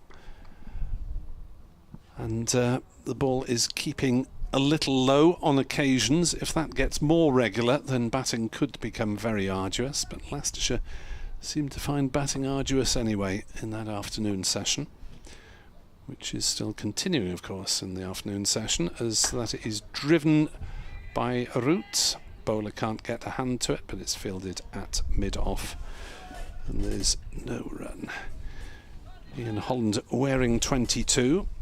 They must have been anticipating his arrival at Grace Road, because they have a shirt number printed for him, which is always good. Lone players or new arrivals often have to be anonymous for a week or two. As Holland is into bowl to Root, who knocks it into a gap on the leg side, goes through for a quick single and has to hurry because there's a shy at the stumps from mid-wicket.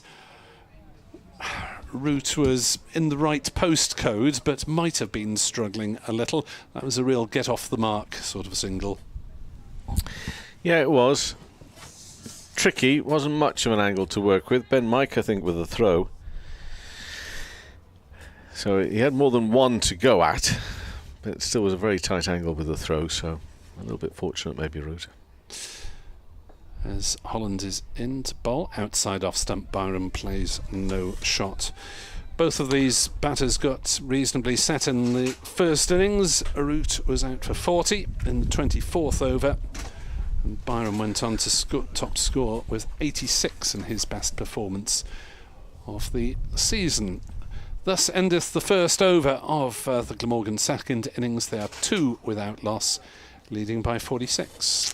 The way you said that, I know you did it deliberately. It was a little like Sunday Chapel. Well, it is Sunday, isn't it? It is a Sunday Chapel. Here endeth the first lesson from Nick Webb.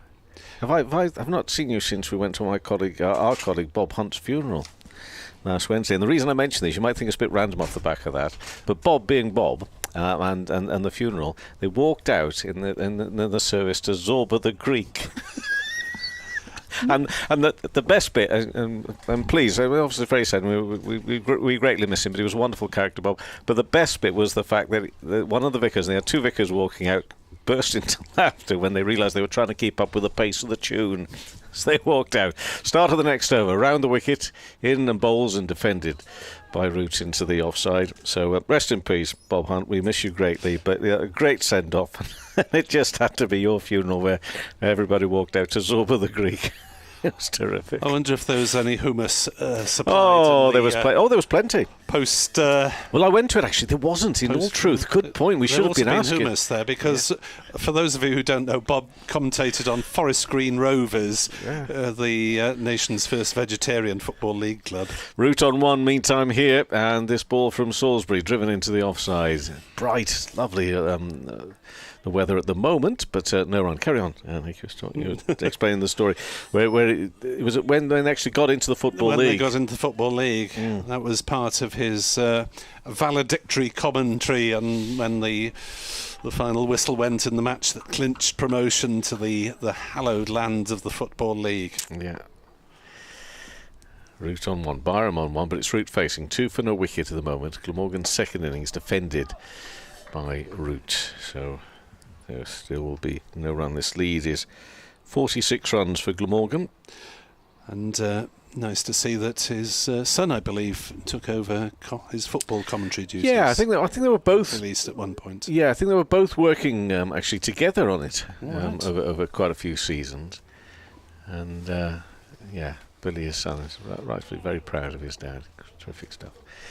Okay, Billy Root on one, and Salisbury bowls to him now, and defended back up towards mid-on, and no run. Speaking of Bob and cake, which we have been, was one of the more amusing updates on BBC Radio Wales in a Glamorgan Gloucestershire game in Cardiff, where, as sometimes happens, the studio omitted to send me programme Q, and I had therefore no chance of launching into a 30-second summary.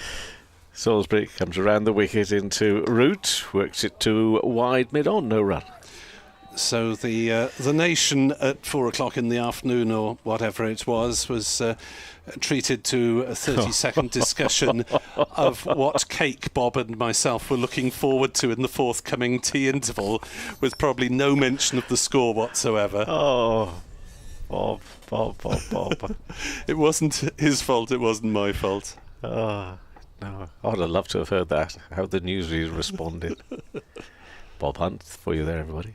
Salisbury round the wicket, in and pushed up to mid-on, no run. Just end of the over, 2 for no wicket. Just one more thing from Bob, and this was his son Billy, who said to me, because one of my jobs elsewhere, working for the BBC on Sports Extra, I send you poor boys little messages sometimes on your phone saying you're on extra, and occasionally we get them and respond accordingly. Oh, you always get them. You should always read them. But the thing was that Bob was one of these who was terrific.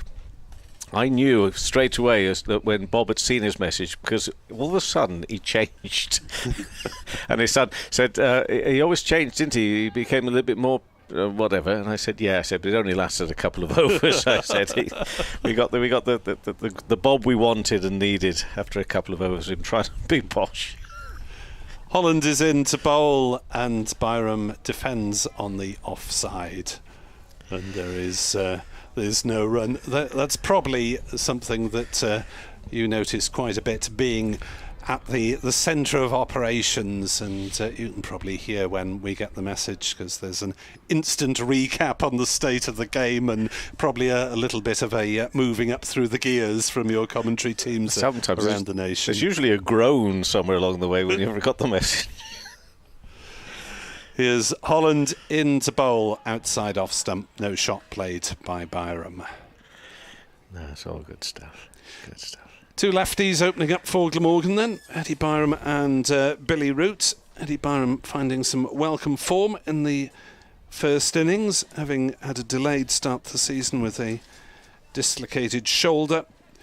And Billy Root left out the last match, rather unfortunate. He was averaging 30. Got 40 in the first dig, so in reasonable nick. As Byram drives up to mid-off, and there's no run. 2 without loss. It remains, and the soporific pace of the afternoon continues as these two teams may be looking to set a record for the fewest runs scored in a session of county cricket on a Sunday in May. Isn't it funny? I've just turned up today, and I'm enjoying it still. I'm having a good time. It's fine. As that is clipped off his legs nicely by Byram, there'll be a couple of runs here at least, as dispatched down towards the Milligan Road. Fielded just inside the ropes, they settle for a couple of runs, 4 without loss. You know, I hate to bang on about the food all the time, but there's every chance that the problem with the afternoon session is following that very fine lunch.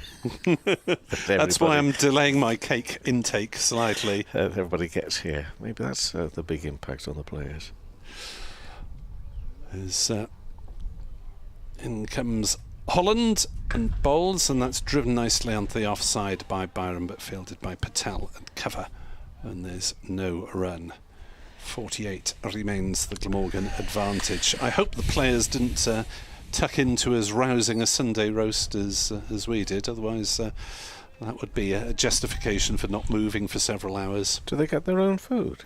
I presume they'd had a choice of beef, pork or vegetarian option. Yes, they might have had a slightly lesser intake than us. As Byram runs one down on the offside, but straight to backward point, and there is no run.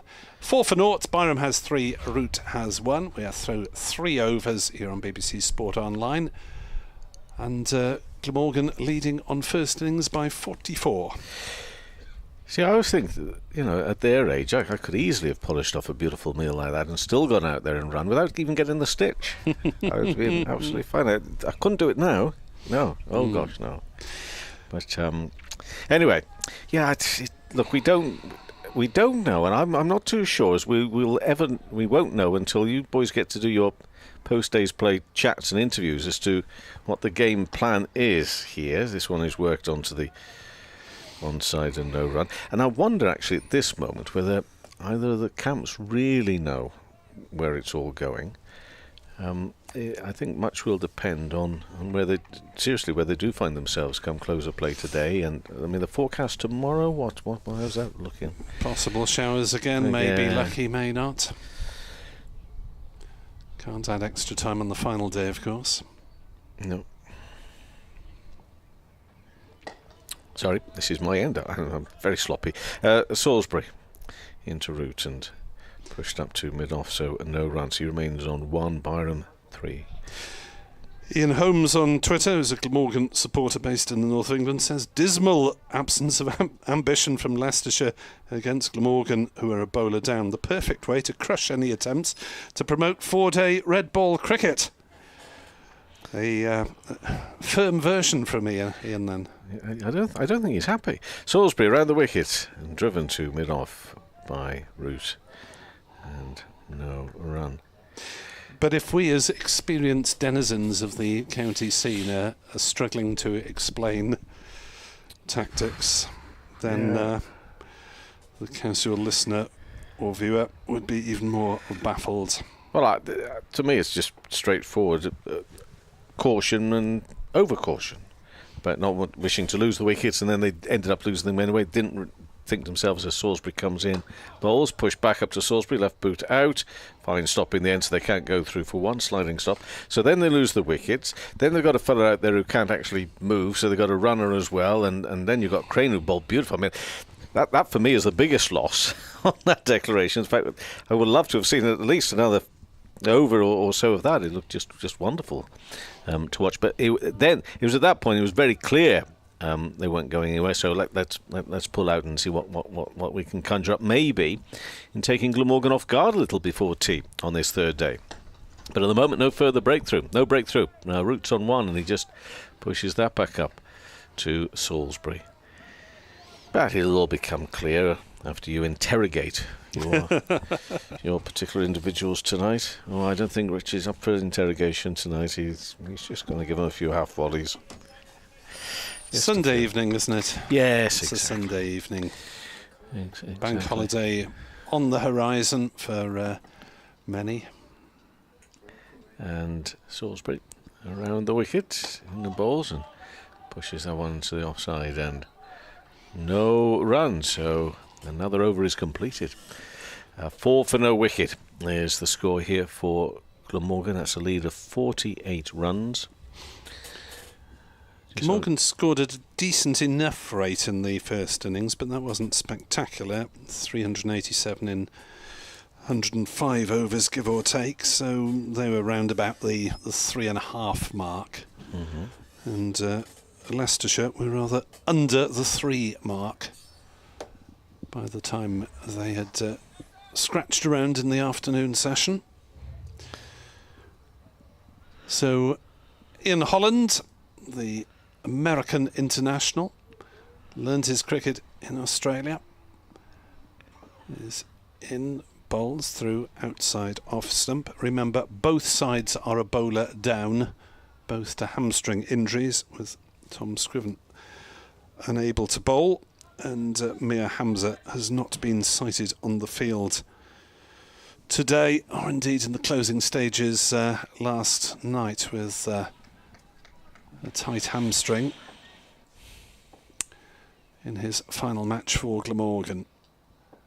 As Holland is in and bowls, and Byram is forward very watchfully. And this pitch on Friday morning looked as though it might be a terror track. It was barely distinguishable from the rest of the square around it. Indeed, there was a more prepared wicket just to the left, and notice they moved the matting now. As Holland is in to bowl, outside off stump, no shot played by Byram. For those of you watching on the stream, the matting was on a wicket 1, 2, 3, 4, 5 to the left of the turf being used at the moment, and the matting has now been moved, so it's on the next but one strip to protect that. Some sort of machinations to protect the likely strip for Friday's T20 match, as that's gone past the outside edge of Eddie Byram's bat. The Byram leave is occasionally imperceptible, but on that occasion he did appear to move towards the ball with intent, but didn't get there. 4 without loss. Glamorgan's scoring is equally painful as that demonstrated by Leicestershire in the afternoon, so maybe the wicket is more tricky than is visible from up here, as Byram drives at that one and misses again. And Holland, not too demonstrative, just holds one hand up fairly gently. Beaten the bat twice. Can he find the outside edge? As we approach the tea interval, which is some 7 minutes away, so probably a couple of overs, 3 if they're lucky. Holland bowls, and Byram does that time play definitely inside the line of the ball. Another maiden over, drifts by gently in this gentlest of sessions. Glamorgan are 4 for 0 after 5. So I'm just looking at the other matches. You know, let's take this. People think this is going to be a draw. The other two looks like they're going to be 2 other games. Look like they're going to be draws as well in the second division. The only one that perhaps doesn't look that way is Northamptonshire and Yorkshire. I'll do the scores in a second. Northamptonshire, along with Leicestershire and also Yorkshire and Derbyshire, without a win. Let's start the next over. Bowled him! Root has gone for 1. It's been bowled by Salisbury. Middle and off goes. I don't know if you get a chance to have a look at that on a replay or not, but that looks to be a quick ball, which Root was just not up to. So it's 4 for 1. Now another breakthrough like that, but before and after tea, could make it very, very interesting. Let's have a look at this on the replay at the start of this over. Well, just got lowish. It did keep a bit low, but it got through a bit of a gap there, didn't it? Came down on it late and into the stump. So yeah, this is what I'm always thinking. I'm always thinking there's going to be a bit of drama, a bit of unexpected something. I'm thinking it's a funny game. Yeah, but I'm also always listening to the local experts, and not only here at Leicestershire, but there are quite a few grounds around the country where the pitches really are not doing what you'd expect on days 3 and 4. They become a little easier, but yeah, we're looking at that, and perhaps there was a little bit of a height issue as well on it being a little lower than Billy would have expected. Well, Labuschagne is the next batter out there. And it's at these times, obviously, when you're the bowling side, you're going to think in a game that everybody suspects is moving in a certain direction towards a certain outcome. This is your chance to make the most of it. And Salisbury will be delighted, obviously, to have got rid of Root. Byram's still there on 3. Labuschagne makes his way up. But yeah, so let me just go through those scores. Now, not necessarily saying this game is going to be a draw. But at Lords, top two play there, Middlesex and Sussex. Middlesex 252 for 3. They trail by 302 runs. I don't think whether you're at the ground or not at the ground, you're going to be suspecting anything other than a draw there. That game I talked about at Northampton, Yorkshire in their second innings are 156 for 5, and that's a lead of 217 runs. So again, if Northants can get those last 5 wickets relatively cheaply, and Derbyshire, Gloucestershire, an inspection at 4 o'clock. That's still a first innings there for Gloucestershire at 399 for 4, but they trail by 127 runs. Record-breaking partnership for the Gloucesters. That partnership of James Bracey and Graham Van Buren, with Bracey on 137 not out, Van Buren on 156. As Labuschagne faces his first delivery, and it's Salisbury bowling to him. Oh, and he leaves that with a real flourish of the bat up and over, and I'm not too sure in the end how far that was away from the off stump when it came back. That Bracey-Van Buren partnership breaks records there for Gloucestershire. 5th wicket record broken, which goes genuinely all the way back to WG. Good heavens. So that's some record, isn't it? Is that against anyone or just in that particular match? I think it's a county one. I think I read somebody saying it was a county one. So, Labuschagne on naught. Next delivery, and again, just up and over the top. Okay, I was about to say just a few balls ago that where I felt there was perhaps a little bit of menace towards the end of that previous innings in the game. I thought it had all gone fairly quiet early on, and there is life here now. There is life at the moment. Salisbury bowling really well, and these are leaves which leave me wondering if they're the right thing. So far it's proven that way. So Labuschagne again waits. Salisbury coming in to bowl. He does get bat on it this time and into the offside. Yeah, Labuschagne must have been fully aware by now, if he wasn't several seasons ago, that you don't particularly leave on length in the UK, which you probably can on several Australian grounds. So he is leaving on direction, and as so often we see with Marnus Labuschagne batting, keeper comes up to stand close to the stumps because Labuschagne likes to bat out of his crease. So he's retaking his guards and he'll have to shuffle backwards a couple of inches. Yeah. Well, so he might, but I tell you what, this is going to need decent work from the keepers, isn't it? Salisbury doesn't look that slow. In bowls, and bat on it again. Square on the offside. No run. 4 for 1. Tell you what, there's a few quite ancient Gloucestershire records still as wicket stands, aren't there?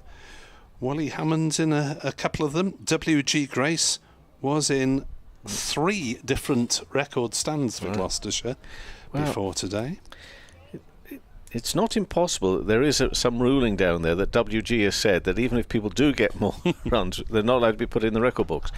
This one is pushed back to Salisbury. Well, I'm looking. Will we have time for another Salisbury? No, we won't have time before tea, I don't think, for another Salisbury over, unless they've moved the tea to 10 past 4. Either way, I'm enjoying what I'm seeing there from him. Barham on 3, Labuschagne yet to move off the mark. You're going to move out because you've got an update. To move out, yes. And be back on commentary after tea. Yeah, he says he's going to do an update. He's actually going next door because that's where the cake is. I'll keep an. Don't worry, Richard. I'll keep an eye on it. Make sure he leaves some before we take a break, which we think will be after this over, but who knows? Holland's about to bowl it.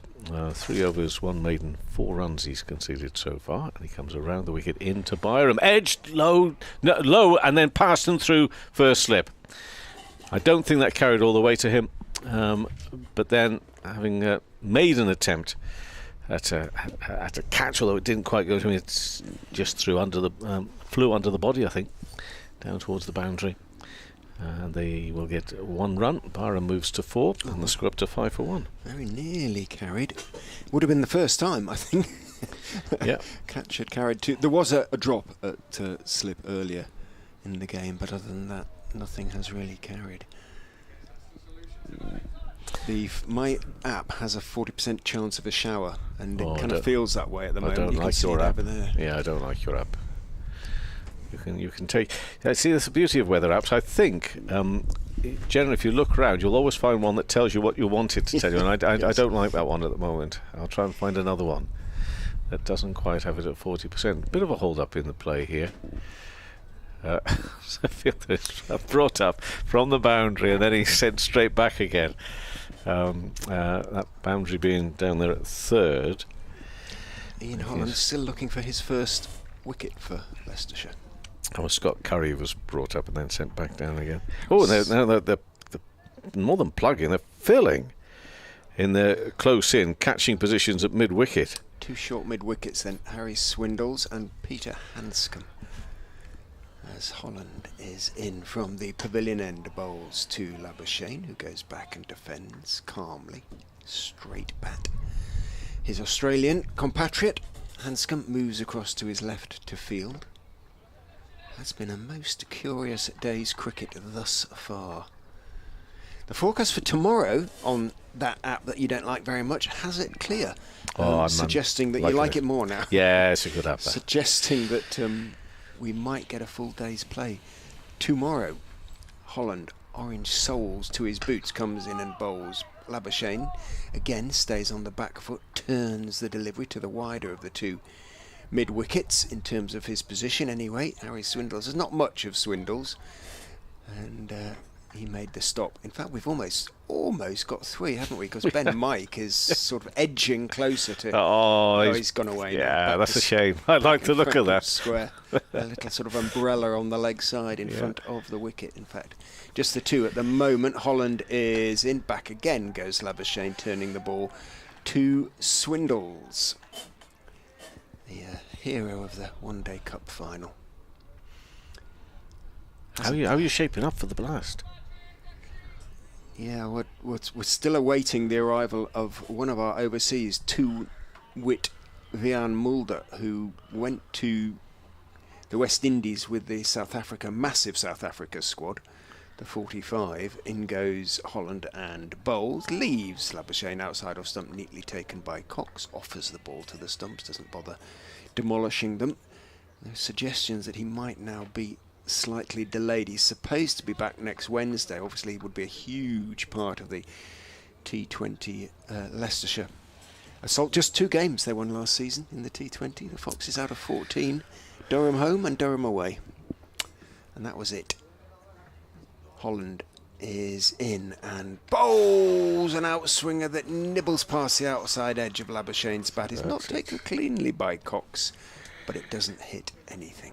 5 for 1 after 7, and that is tea, ladies and gentlemen. So 38 overs remain to be bowled today. In their second innings, Glamorgan are 5 for 1. They lead then by 49. Where the game goes from here will be very interesting to find out in the 38 overs that follow today. Well, I'm looking as a neutral. It's possible. There are possibilities. I'm looking for a few wickets after tea, just to hype up a little the intensity, and it could happen. It could, especially when one or two of those stayed low. The one that did bowl root from Salisbury definitely did stay low. Right, we will go and get stuck into the cake, and we will be back with you here at the Uptonsteel County Ground, Grace Road in Leicester, in around about 18 minutes time.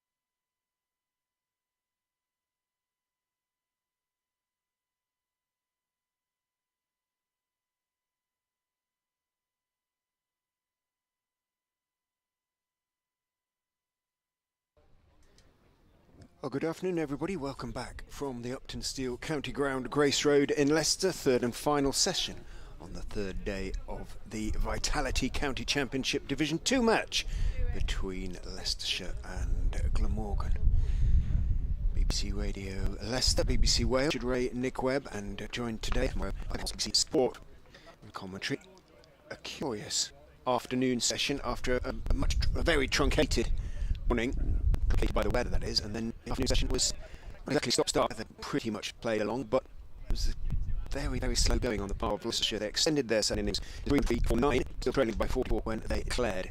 Viola went on the pitch again, and both sides pretty much always use the two opportunities they are given to use a heavy roller these days. And the pitch constantly, which was staying low beforehand, there wasn't much life in it. Will continue so to do one of Shims, but Leicestershire did pick a wicket before T. That of Billy, who was bowled by Matt Salisbury. Delivery did stay a little bit low to Tander. He was dismissed for 4-1 at that stage. 5-4 at Eddie Byram for not out. Mothershire yet to score, all of which let Morgan lead by 5 now with 9 second innings wickets.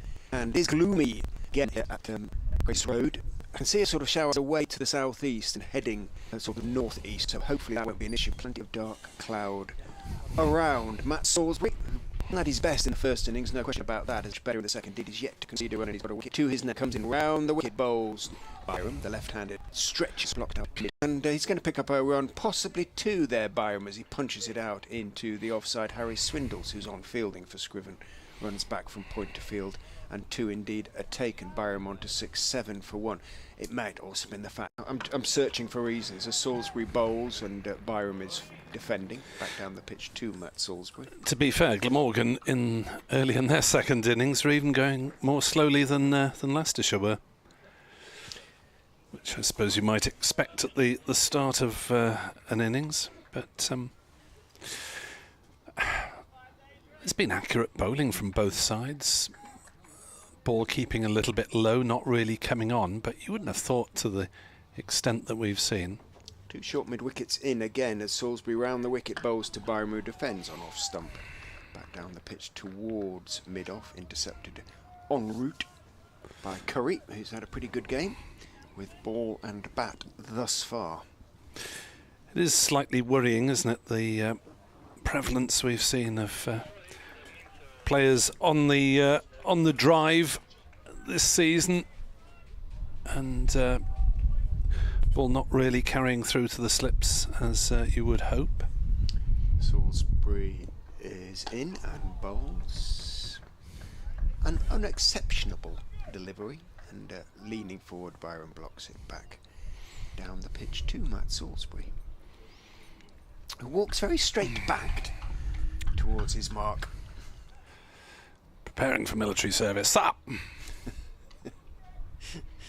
That I suspect will be the subject topic of conversation among people for some little time as we go forward into the next few weeks. In goes Salisbury, bowls. Byram again is all care and attention as he blocks that one on the back foot this time, back down the pitch.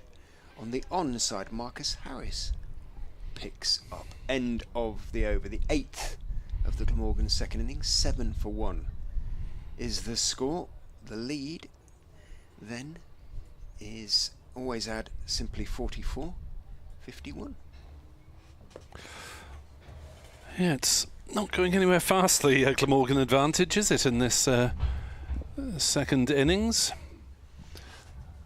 As an additional Canberra person is added to the ranks next to us. I was wondering where he was. We didn't quite realise that the tea interval was coming to a close, perhaps.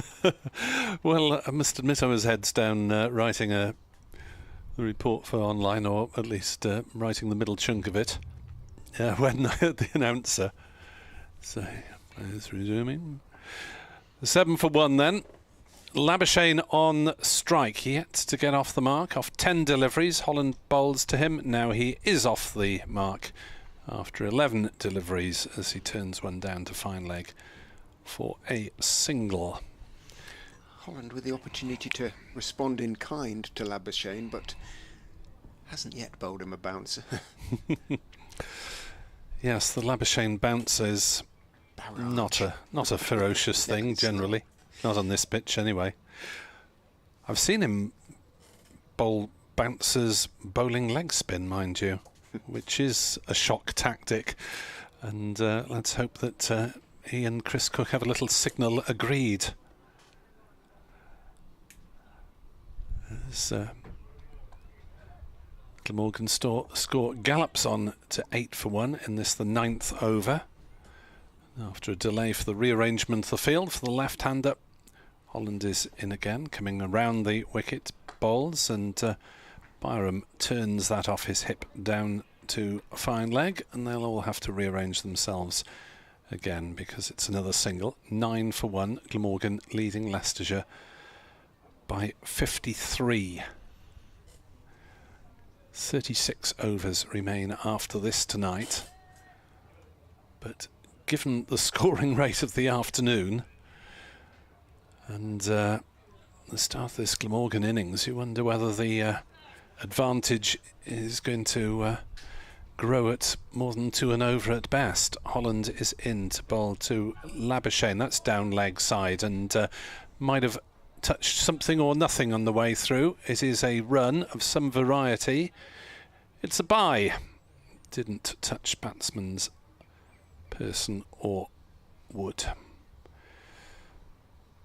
10 for 1. Difficult one for the keeper standing up. Bale's got dislodged there somehow in the return process. Keeper standing back for the left-handed Byram, standing up for Labuschagne to prevent him batting out of his crease, and that's through low outside off stump. Byram plays no shot. And I quote, a strategic timeout in the IPL final. Whatever one of those is. Whoop-de-doo. What on earth? Yeah, we've got to speed the game up. Yeah. It's Holland bowling full length and Byram tucking it away on the leg side. By Jove, he's timed that one nicely. I was expecting the ball to go down to fine leg for a single, but indeed he'd hit it in front of square there, Eddie Byram, and a Byram boundary brings a welcome hint of urgency to proceedings. 11 to Byram, Glamorgan 14 for 1, leading by 58 runs. Just straying down leg side in Holland and duly dispatched to the ropes. There is now a deep square leg as Holland bowls again to Byram, who drives into the offside. And Patel at cover threatens to throw down the stumps, and it looks as though there is some moisture in the air because the players are proceeding towards it, and it is quite a heavy downpour all of a sudden. 14 for 1 then, Glamorgan in their second innings, leading Leicestershire by 58 runs. Byram has 11, Labuschagne has 1. We're through 9 overs of the Glamorgan second innings. There are meant to be 36 remaining. That will presumably come down by at least a couple. It looks as though it'll be a... well, difficult to tell if that large cloud is drifting towards this. It might provide significant impact on the pitch and might need a bit of drying out again afterwards. But 14 for 1 here on BBC Sport Online. Glamorgan in their second innings. Leicestershire declared on 343 for 9. 5 for Tim van der Hoogten. And we will be back as and when there is more to report.